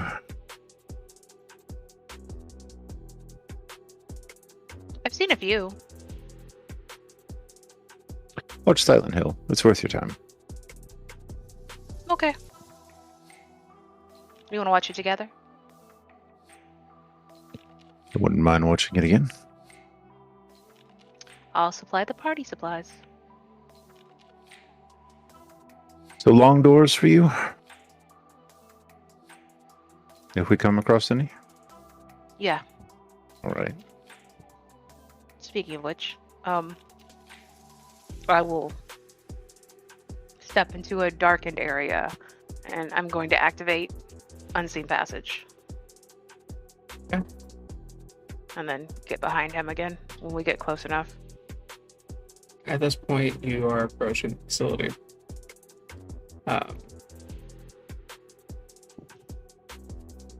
Much like before, it has like the sign for the freight. This place looks like it's been abandoned, hasn't been kept up with for some time. You do not see any vehicles outside this time, however.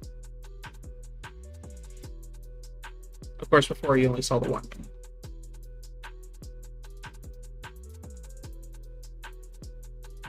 How do you wish to approach? I'm walking directly into the lion's den. Is there a door or something? There is. Looks like it's accessible. Head up and try it, see if it's even locked. I'm gonna, in this case, pull a Nick. The door opens.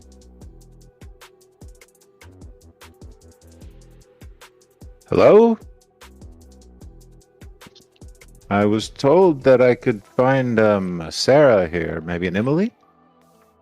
Some sort of Jacob. No? Barra, at this point, I'm activating Silence of Death as well. Okay. Perhaps there's an Edwin. At that moment, somebody kind of steps out. You see kind of tall man with dark skin. He is wearing a button shirt with slacks, and he is wearing black shoes, but they are more for athletic wear than formal. He steps forward, kind of looks you up and down, kind of glances around.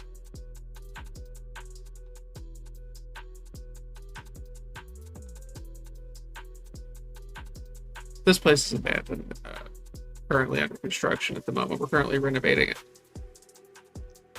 How can I help you? Strange. Don't see a crew or any equipment or Oh, renovations going on. well, renovations aren't happening right now. All the people have gone home. Is there a K? Maybe that works here. Who are you? My name's Grei. Novak. He sits there for a moment. I think maybe I'm known around these parts. My reputation preceding me and all. Bellatrix, Mhm. please give me a wits and obfuscate. Okay.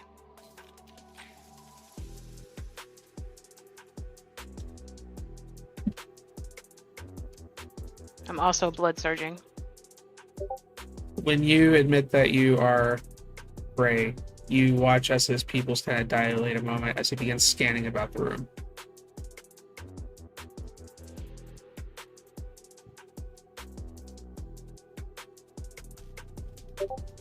5 successes. Meets. He kind of scans around for a moment. Satisfied? Told to come alone. You know me, but you don't know of me, if that's the case.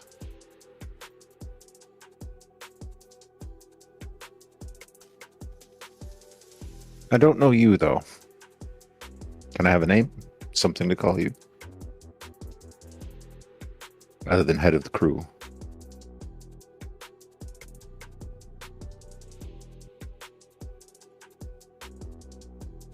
You can call me Tom. I like Tom. I've known a good few Toms. It's a solid name. So, Mr. Novak. I don't see Edwin Kane. So I'm going to ask how you found this place. And why you're here. How I found it is because I am particularly good at what I do. Why I'm here is because I particularly dislike Mr. Kane. So I figured we could talk shop.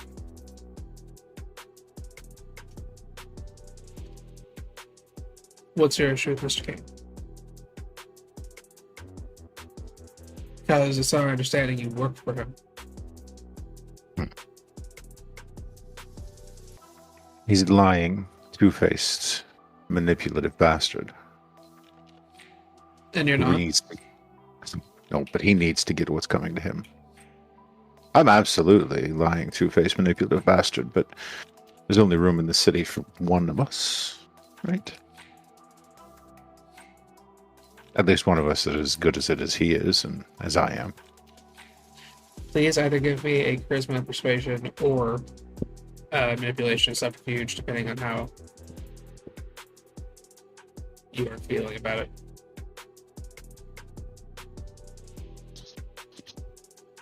Are there any cameras in this hall? No. I will say previously, when you there are no, like when you were back here with Nick, you guys found there was no active power except for like a generator covering a few light fixtures. Okay. How, is he in, like, the middle of the hall? Like, there's no way to slip around, Tom? I mean, he doesn't take up a whole lot of space. He's kind of he is tall, but he has a very lean build.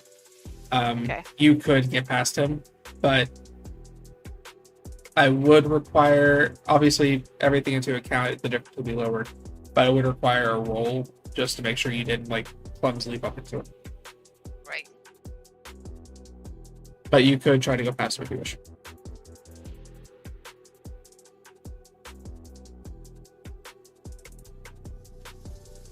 Five successes on the persuasion.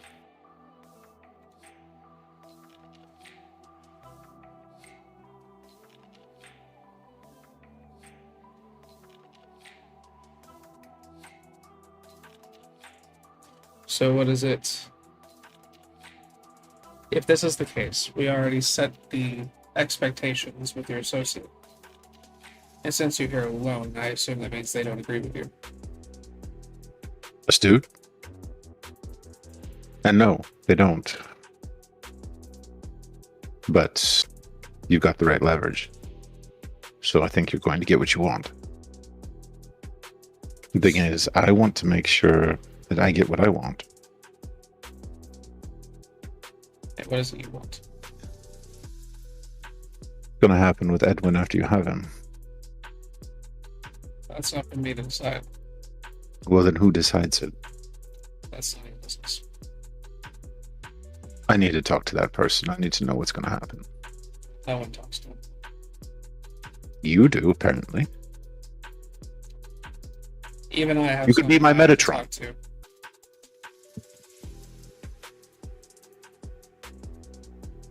Perhaps notes can be passed, letters can be written, niceties exchanged. Look, there's not a whole lot of time to do this. My employer has a great disdain for Edwin Kane. It is likely Edwin, when brought to us, will likely not make it through the night. See, it's the likely not make it through the night that gives me pause. I need some assurances. And why should we care about your comfort in this matter? Because if I don't get some assurances, technically I work for Mr. Kane. And we'll be gone before you even get back to what your set. And do you think I give two human shits about whoever it is that you took? They're not mine. Your grudge doesn't matter to me. Boss's, however, which is older than yours, does. So what he wants to do with Edwin Kane is his business and his alone. I don't get assurances, you don't get Edwin.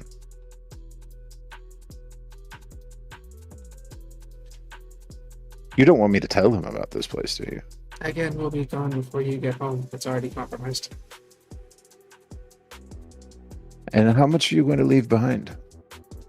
That he's going to scrape up off the floor? Let him scrape. He knows we're here.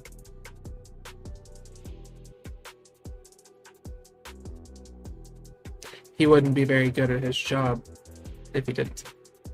He's not scared of you. And he doesn't think that we're going to do anything to turn him over. That's fine. We'll get him eventually, whether it's your help or not. But your help would make things so smoother. You're not going to get it being this clumsy. Mr. Halden's not the only person we have information about. You're acting like a hammer. You need a scalpel.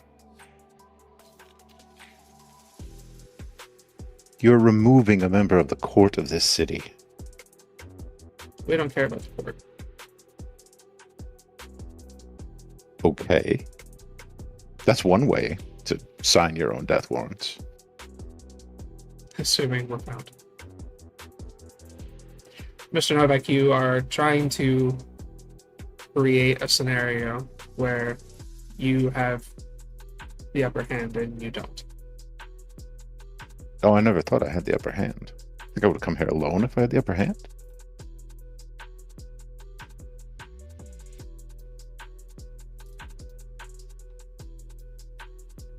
We're perfectly aware of how things are going. We're not afraid of your pitiful threats or promises, however you want to phrase them. They're not threats or promises. They're facts. You can fly in the face of reality and try to substitute it with whatever you want. But the facts are the facts. Facts are written by the victor. In the history books, sure. But in the moment, facts are very real things. Your keeper is in more danger of our presence being here. Just being here is in more danger with his prince than we are. Then why don't you just let that danger come to fruition? Because we're not here for his position as keeper. We don't give a fuck about Edwin Kane. We're here for something else. Fine. Then I misjudged you. You're not here for Edwin. And then likely he would survive the night because whatever he knows is what you're here for. Take that how you will.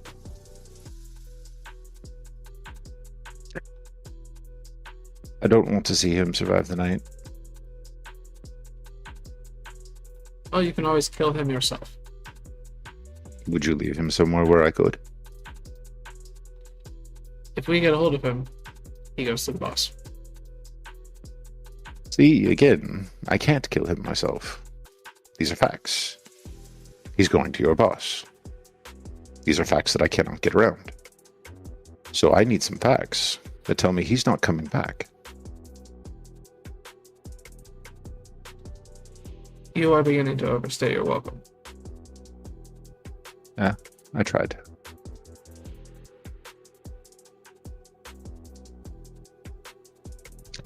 It's funny when someone can't recognize a mutual friend, or at least the enemy of an enemy. That can be recognized. They're standing right in front of them. You are asking for assurances that can't be given. Yeah. Then, good luck with Matthew. There are more avenues we can take. Matthew doesn't pan out. Suppose then I'll be seeing you around, Tom. Maybe. Unless you see me first. Who's making threats now? I didn't say anything. You implied it. Take it how you will. Turn around and make my way to the door. What's Bellatrix doing? Okay, while they were having that conversation, one, I'm going to keep their sound, like the sound of the conversation, where I can actually hear the words, as I'm going to go explore for a little bit. Yeah. Okay. I got 6 successes on sneaking. Easy enough. So, you begin exploring a bit, kind of going off the information you got from Nick when you were scouting earlier. There are 3 people here as you're moving about. One is a kind of roughly like 5'9" woman wearing a vest with cut-off sleeves, a tank top, and jeans. She is kind of sitting around. She's got her feet kicked up and she's just looking bored in one room. You notice that there is a box on the desk that she's sitting next to. Roughly about that big.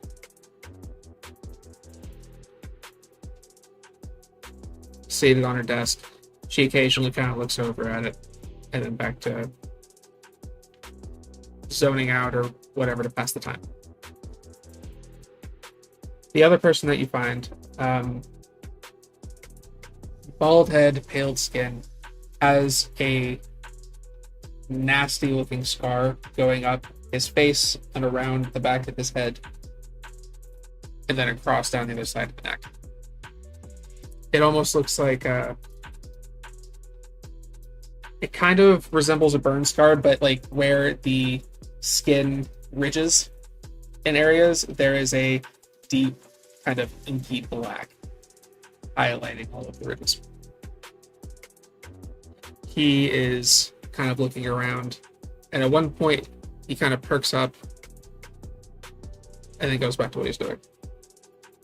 He seems to be going through files. I'm gonna look over his shoulder. Give me what's awareness. Okay.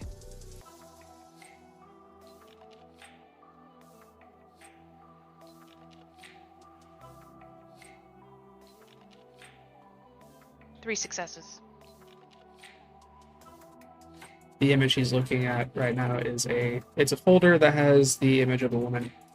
The folder you see says Bellatrix, and the image he's looking at is of Cheryl, with a photo of the two of you sitting across from each other at the diner. Okay. I'll head back after that. Okay. You make your way back. At this point, the two of them are kind of coming to the communication shutting down here. Grei turns and leaves. Once I get to the door, on my way there, I'll pull out my phone, tap a few times, and start a factory reset on it. When I get to the door, I will turn around, pause with the door open behind me, toss him the phone. Sneak out. You can keep that. I mean, I don't know how you got the number in the first place, but I don't need it anymore.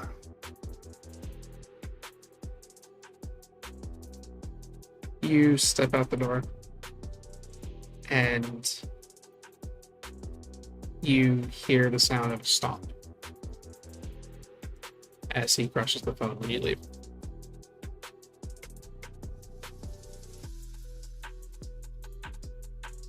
You make your way, heading back the way you came a bit.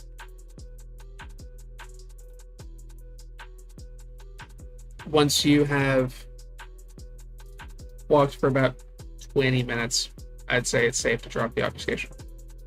Okay. I'll drop it. They're coming after me next. Or mine. Oh, joy. Or they're at least looking at a file and they know things.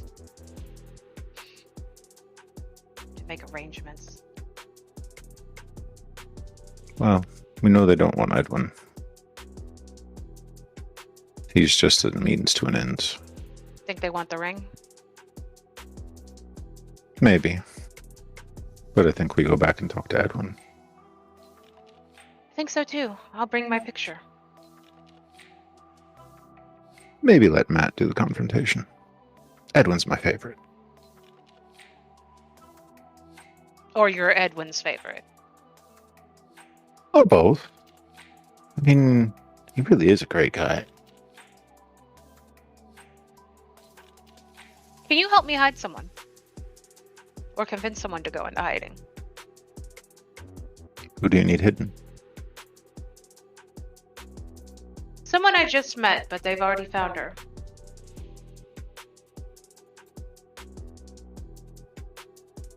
I can see what I can do. Okay. Oh, you're gonna have to call a cab. I gave him my phone. Oh. Okay, I'll call the cab. And if we could stop somewhere and pick up just a burner, I need to call Victor and let him know my number has changed. I suppose. Thank you. You set off back to town. From here, you shift to Nixon.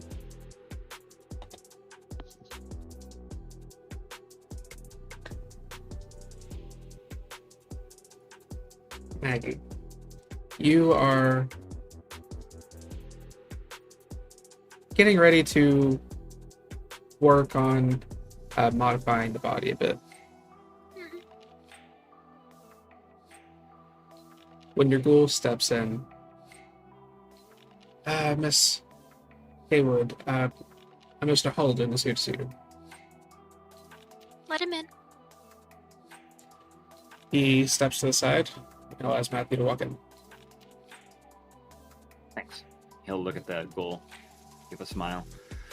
He kind of looks at Matt for a minute, raises an eyebrow, and back to you. If you need anything, you know where to find me. Of course. Thank you, Dr. Corrin. Closes the door behind him.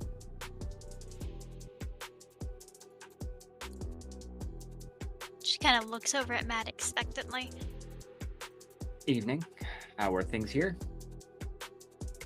Fairly well. Pretty quiet for the most part. Excellent.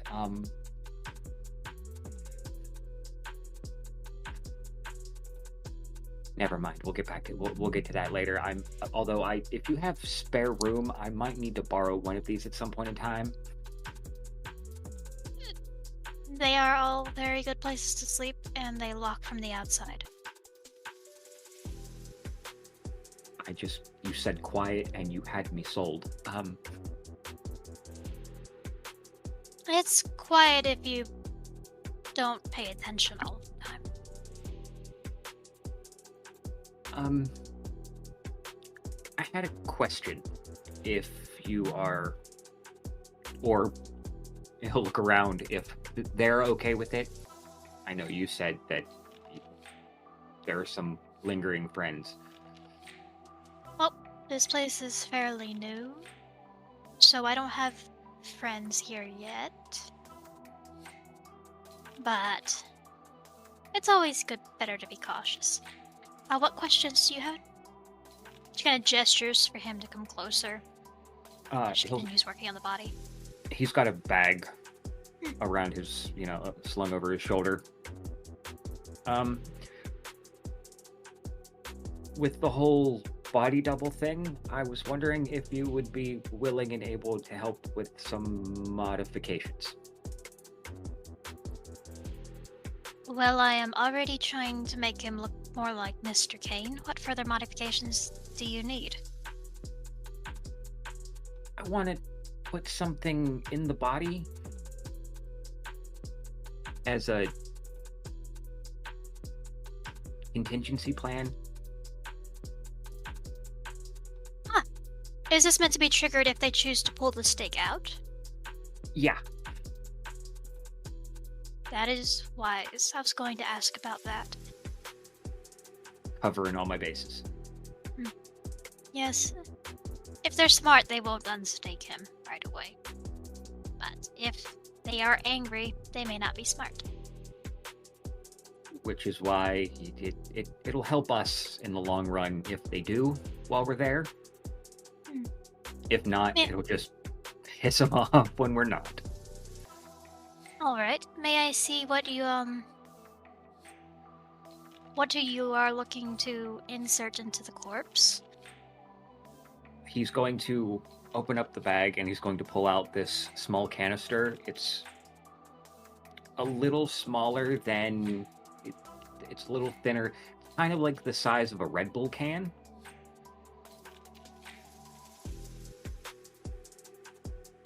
It's very crudely done.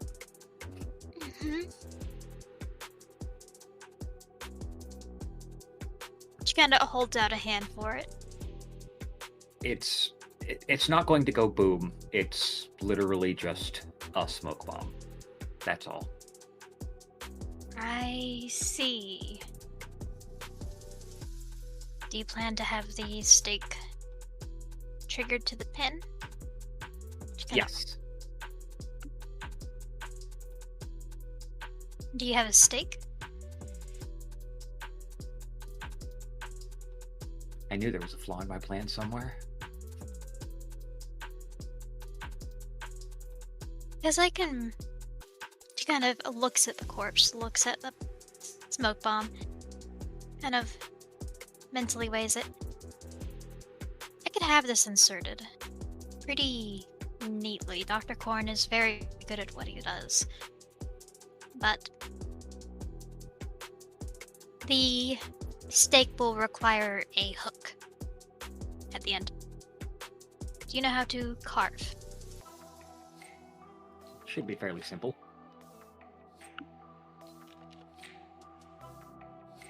I mean, it's not going to be some of my best work, but I don't need it to be a painting. I don't need some poor schmuck to buy it for $50,000 and get away with it. No, but you do need it to be stable enough to not pull immediately and capable enough to actually pull it all the way out. True. Because if I've gauged this correctly, I don't know you very well, but this seems to be very important to you. And them realizing this is not what they're looking for is likely going to be a temporary solution. Yeah. So I'm hoping that I can get her long gone before they figure it out. I forged the person they're looking for, essentially.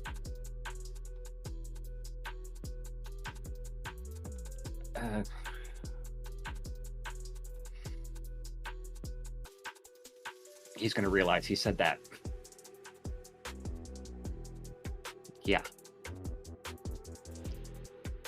They took someone.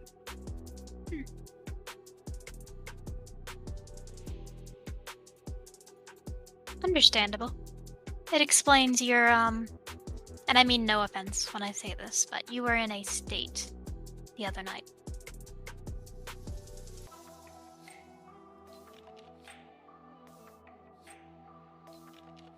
She's the one part of my past I don't hate. and one of the few things that keeps me going.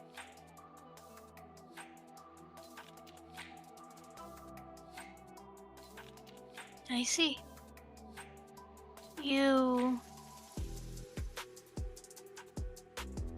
They have you vulnerable.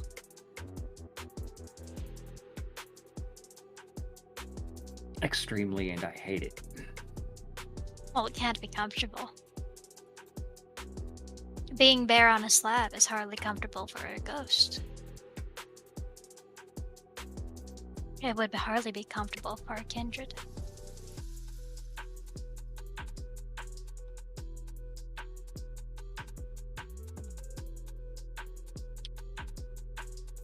But yes, I will require a stake with that hook meant for this. I do believe Dr. Corwin can insert this pretty efficiently.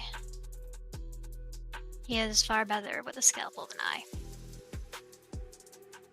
Excellent. I do appreciate this.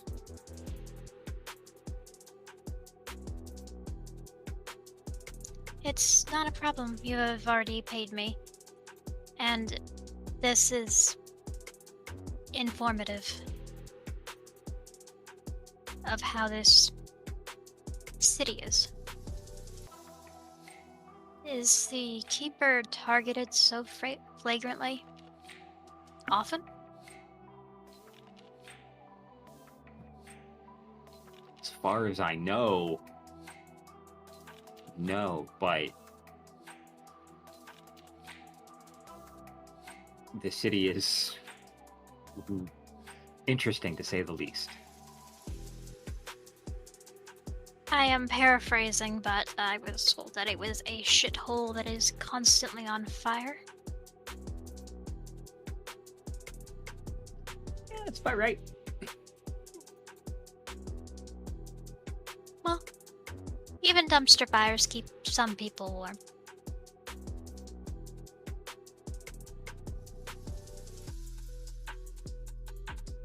There has to be something that keeps some people to the city. Food's nice. Yes, I imagine tourists come in many flavors. And we have some really good museums. Which ones do you prefer? I mean, where we normally go is the Dali. They have some interesting stuff. He's not my favorite, I won't lie. He was a very odd duck, that one. But there's the museum down the road. That one has really good stuff in it. I may have to look into it sometime. I've been to quite a few art museums from Savannah. It's got nothing on New York, though. Is that where you're from?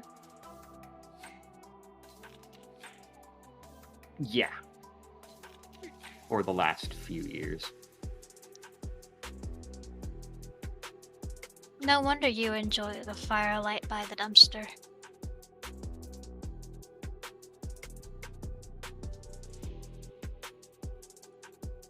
Yeah, when they say it was the city that never sleeps, it was mostly because of all the noise. That's the city. They tend to, quiet is not an adjective there. Not at all.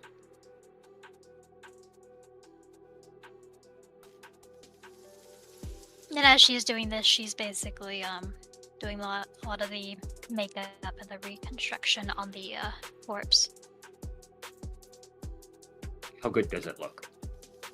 You can spot a couple of, like, very fine detailing that might be a bit of a tell. But for some, if you've only seen him a couple of times in passing or don't know him very well, this could very easily pass off as ugly. Damn, you're good. I am good at what I do. You should see me with Clay. Or if I actually had his skull to look at. It wasn't just this. She kind of holds up a little portrait, little painting. You know, normally I get photographs.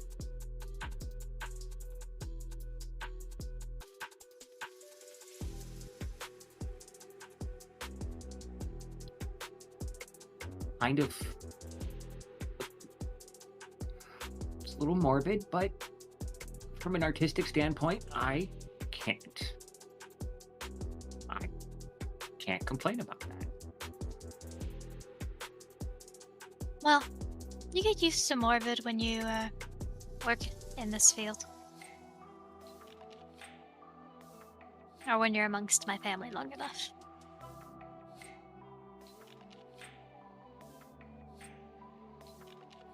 You'd have made a hell of an addition to mine.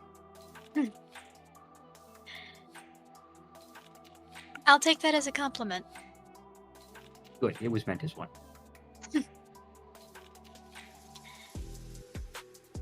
And you have a very nice skull. Good job on that. You're very symmetrical. I try. I like to part my hair down the middle. It's weird. She kind of just shakes her head a little bit and then looks at him again. It's not so much that you try, it's more of genetics, I suppose. You're very pretty. And I can see the symmetry in your bones.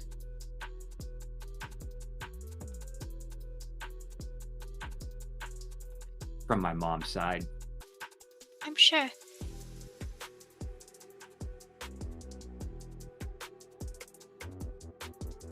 Dad had that Cro-Magnon head. I don't know how he wore the damn cop hat. They make them in very large sizes. After all, they have to get them right on. Very well on a pig.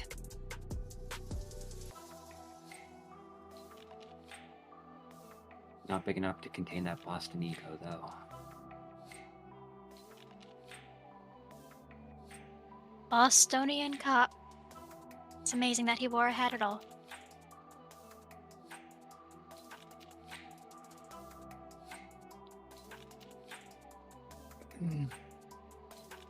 He mostly wore it for show. He didn't have to wear it for a while. Sure as hell know he misses it now. If the two of you would Yep. please give me what's awareness rolls. Okay. Can I say I still have heightened senses going? Absolutely. Cool.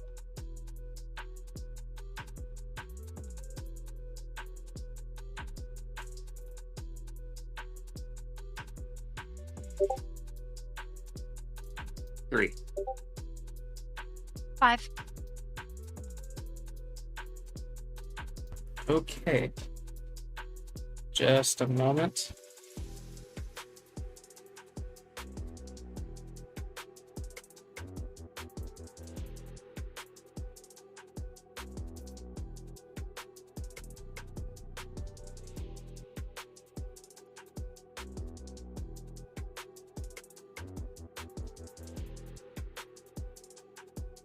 All right, so as you are in the room,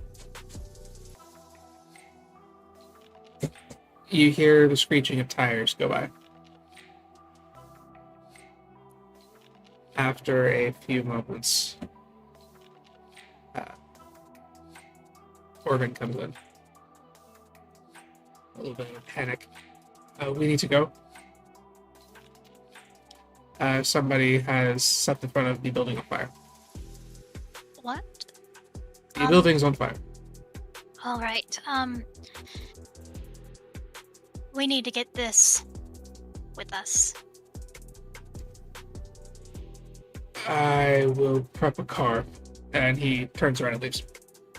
Excellent. Mr. Halden, assist me with the body bag? Yeah, absolutely. Excellent. And she will start to move the corpse into the bag, assuming Matthew is holding it open. Yeah, he would assist with that. Zip it up. And she's probably going to be the one carrying it. As you guys get everything prepared, begin making your way to the back. You see that when you get to the door, he's already prepped a vehicle. Black tinted windows. He's got the back of it opened up, ready to receive the body. Where are we taking these? She'll slide it in. She'll look over at Matthew. Well,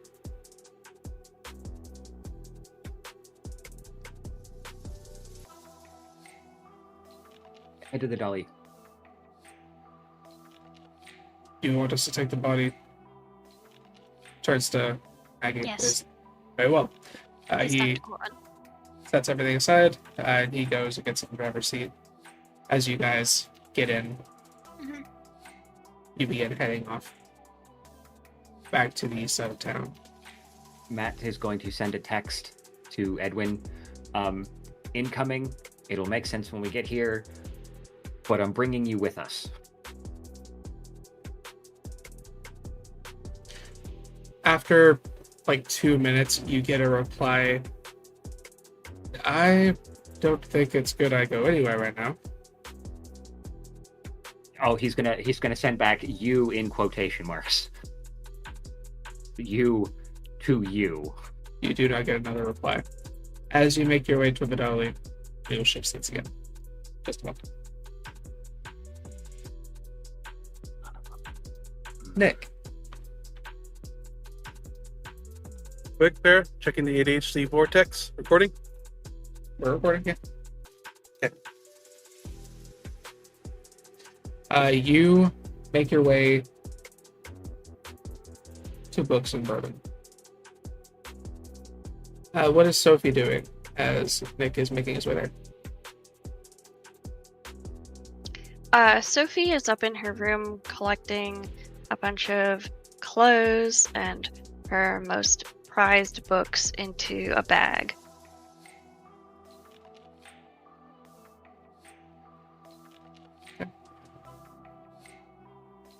Would you have... Yeah, I think you'll hear the door downstairs. Or, sorry, you'll hear the door at the entrance. As Nick comes in. I'll say it's not really... There's not anyone really here tonight. As you step in, same, like, bookshelves and stage at the end of the room.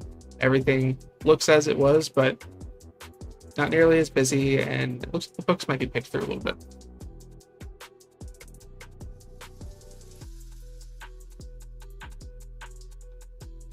Miss Clews?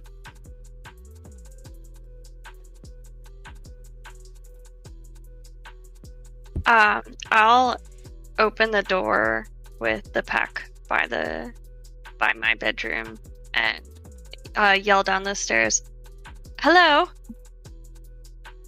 Oh, hi. I thought maybe see if we could have a bit of a better conversation where I'm more on your speed, so to speak. Also, I brought a book. Oh, yes, wonderful. Let me just grab a few things really quickly. And she'll shut the door, grab some things, stuff them in the pack, open the door again, and rush down the stairs. Yes, Nick, was it? Yes. And she'll hold out her hand. Nick will look at it and gently place the book into it. Oh, yes, thank you. What is the book? No, it's a more modern viewing on fantasy. It's called Dawn of Wonder by Jonathan Renshaw. Is it paperback or hardcover? It is hardcover. Sophie will pick it up to her nose and smell it. Yes, well, I am in a bit of a hurry. So, why don't we talk on the move? If that's what you'd like, I thought the atmosphere here was pretty good, but... Oh, no, it would be wonderful if we could leave. We should leave. We should go. We should scram. Sarah? Hey, what's an insight this? I'm not even going to make you roll. There's very clearly something concerning there. Alright. I am happy to escort you on a walk through the town. Yes, do you have your wonderful, Alec? Or...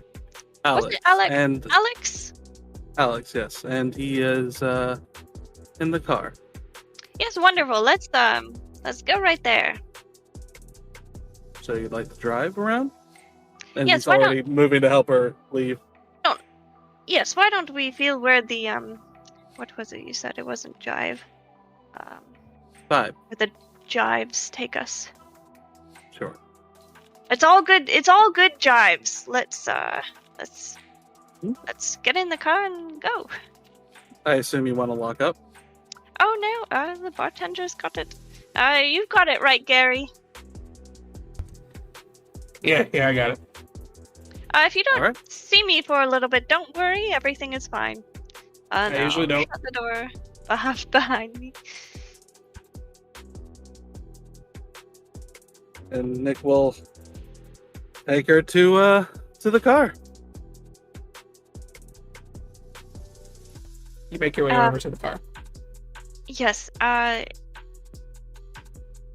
what kind of car is it? It's nothing special. It's like a old Toyota Camry. Okay. Sophie will wait patiently by the back doors. Oh, he's right over there, Sophie. Yes. Seeing how nervous she is, like he's popping since the unseen, keeping an eye around. Give me a what's an insight.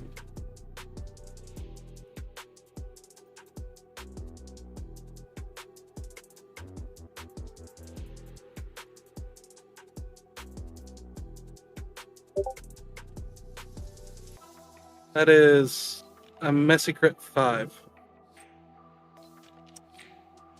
There it is. I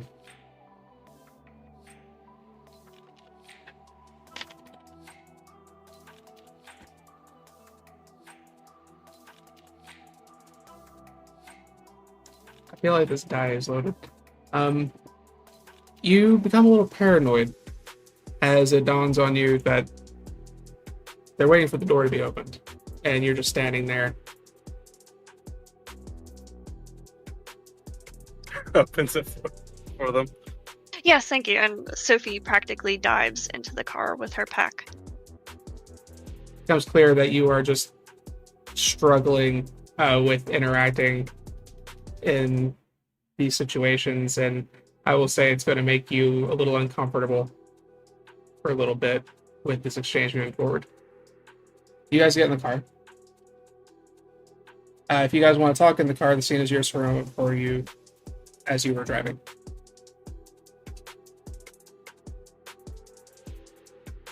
Well, Miss Sophie, mind sharing what the rush is?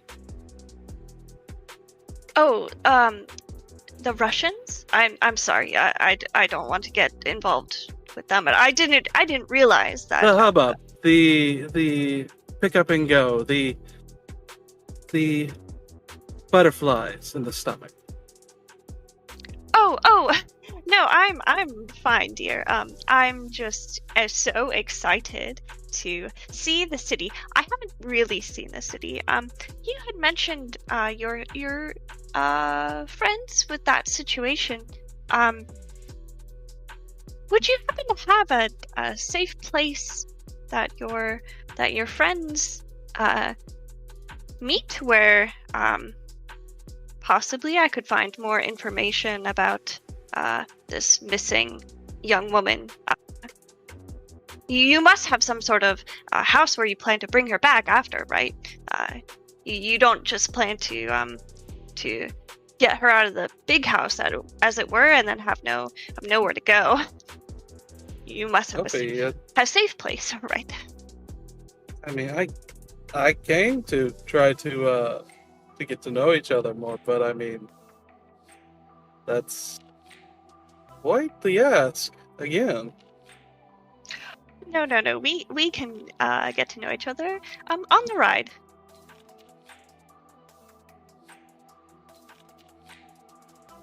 Well, let's chat. Alex, just around, I guess. Keep an eye out, please. Muted. Kind of raises an eyebrow at you and just keeps driving. It's just like, I don't know. Well, let's say that I do. I mean, again, it's not just my place. It's not just my secret to share. Oh, yes, of course. Of course, I understand that. I'm sure that we could come to some sort of arrangement. Okay.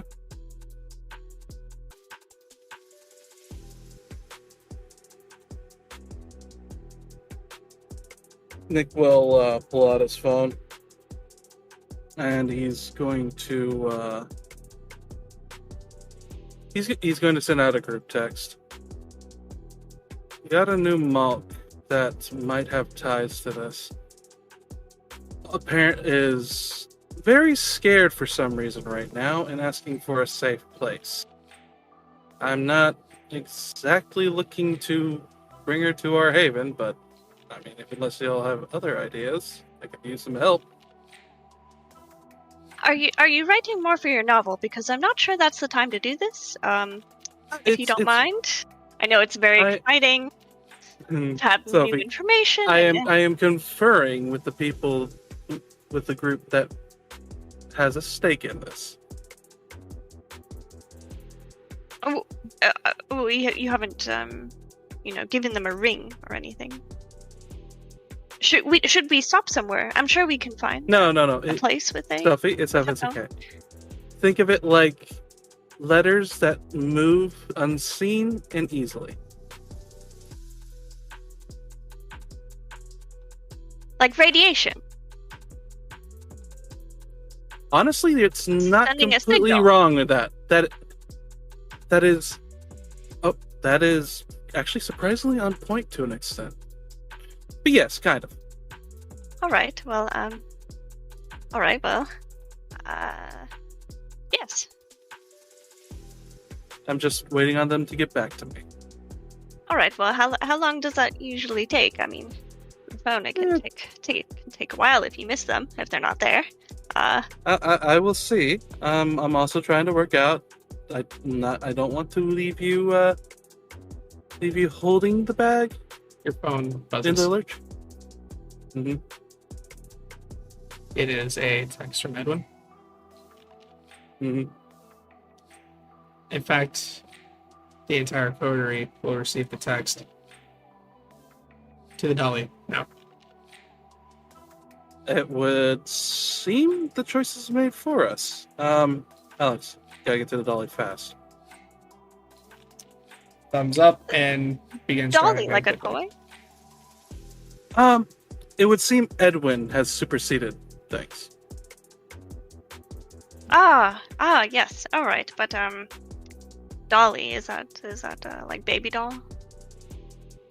That is the museum that one usually meets the keeper. A museum? Have you never gone to the dolly? As in, there's a museum all about Dolly. The painter dolly, yes. Oh, that's wonderful. Is he like us? No, have you that's gone to okay. meet Edwin Kane before? To be Yes. fair, you guys don't go through the exhibits. The building that he's usually in is the museum that has all of Dali's art. Oh, I've just seen the closet. That is a decent reason. But yes, I would love to see more of his work. He was had so many ideas, much like you, like many of the ideas you have for your books. Farah, out of pure desperation to try to start being able to understand and interact better with Sophie, Nick's gonna just throw for a loop trying to pop a premonition involving whatever's getting her going tonight.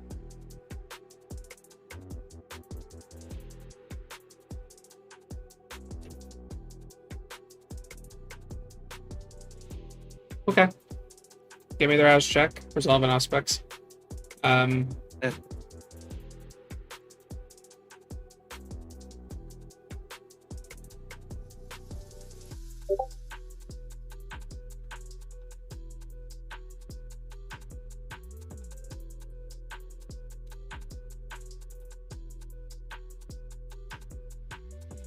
What's your hunger at? Now 2. I haven't rolled for it yet. Just ask. And because of the desperation, he's going to blood surge. Get hungrier.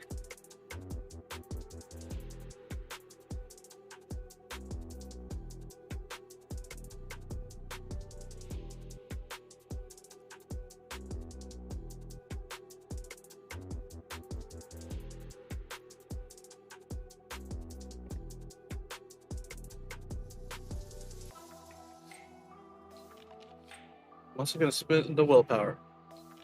Mm-hmm.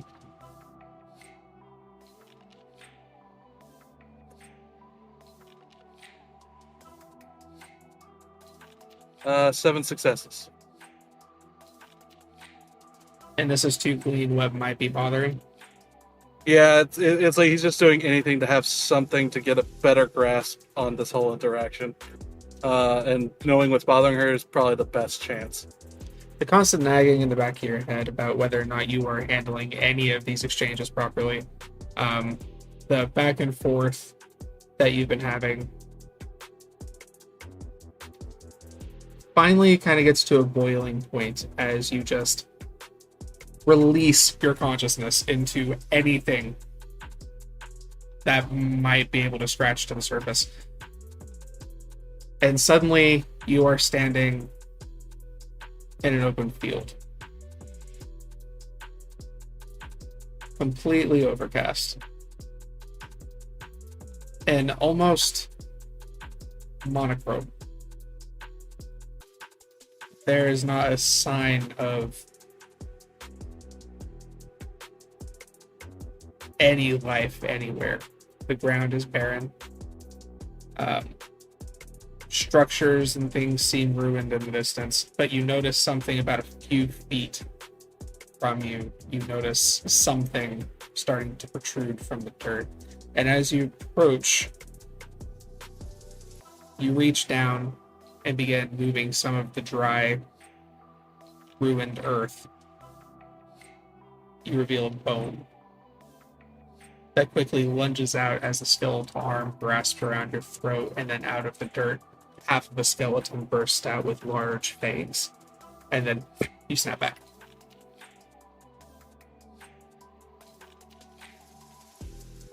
Well,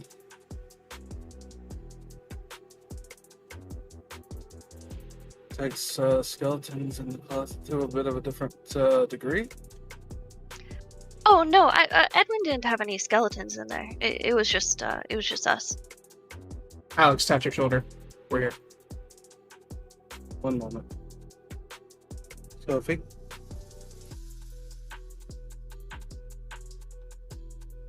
Whatever you're running from,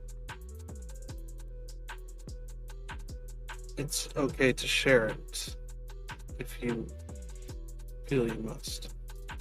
least with me. Oh, I'm not running from. I'm running to your safe haven. Okay.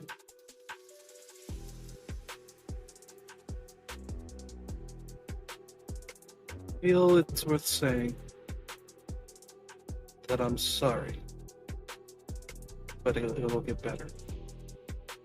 And he will get out and go around to open the door for her. Yes, thank you so much. At this And I'll point, step out of the car. you will see 2 other cars pull up. And a Hirsch.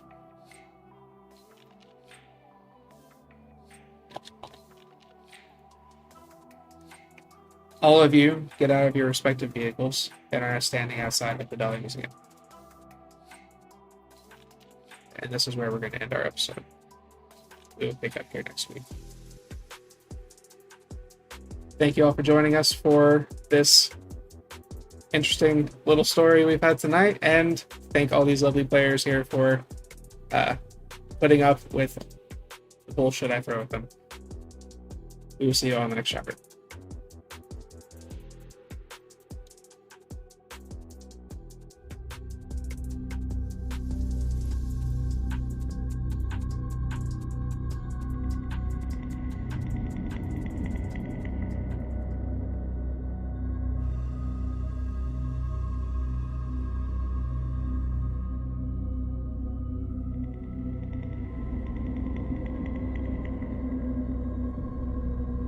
This has been a St. Petersburg by Night production. Bloody Strings is produced in agreement with the World of Darkness and Dark Pact. The storyteller for Bloody Strings is Devlin. Tonight's characters were voiced by Kyrie, Noree, Lekar, Truckexe, MissyMew, and Kendall. Visit our website at stpbynight.com for more information about all of our productions and how you can become part of our community. Thank you for listening. Until next time, fangs, stakes, and claws out.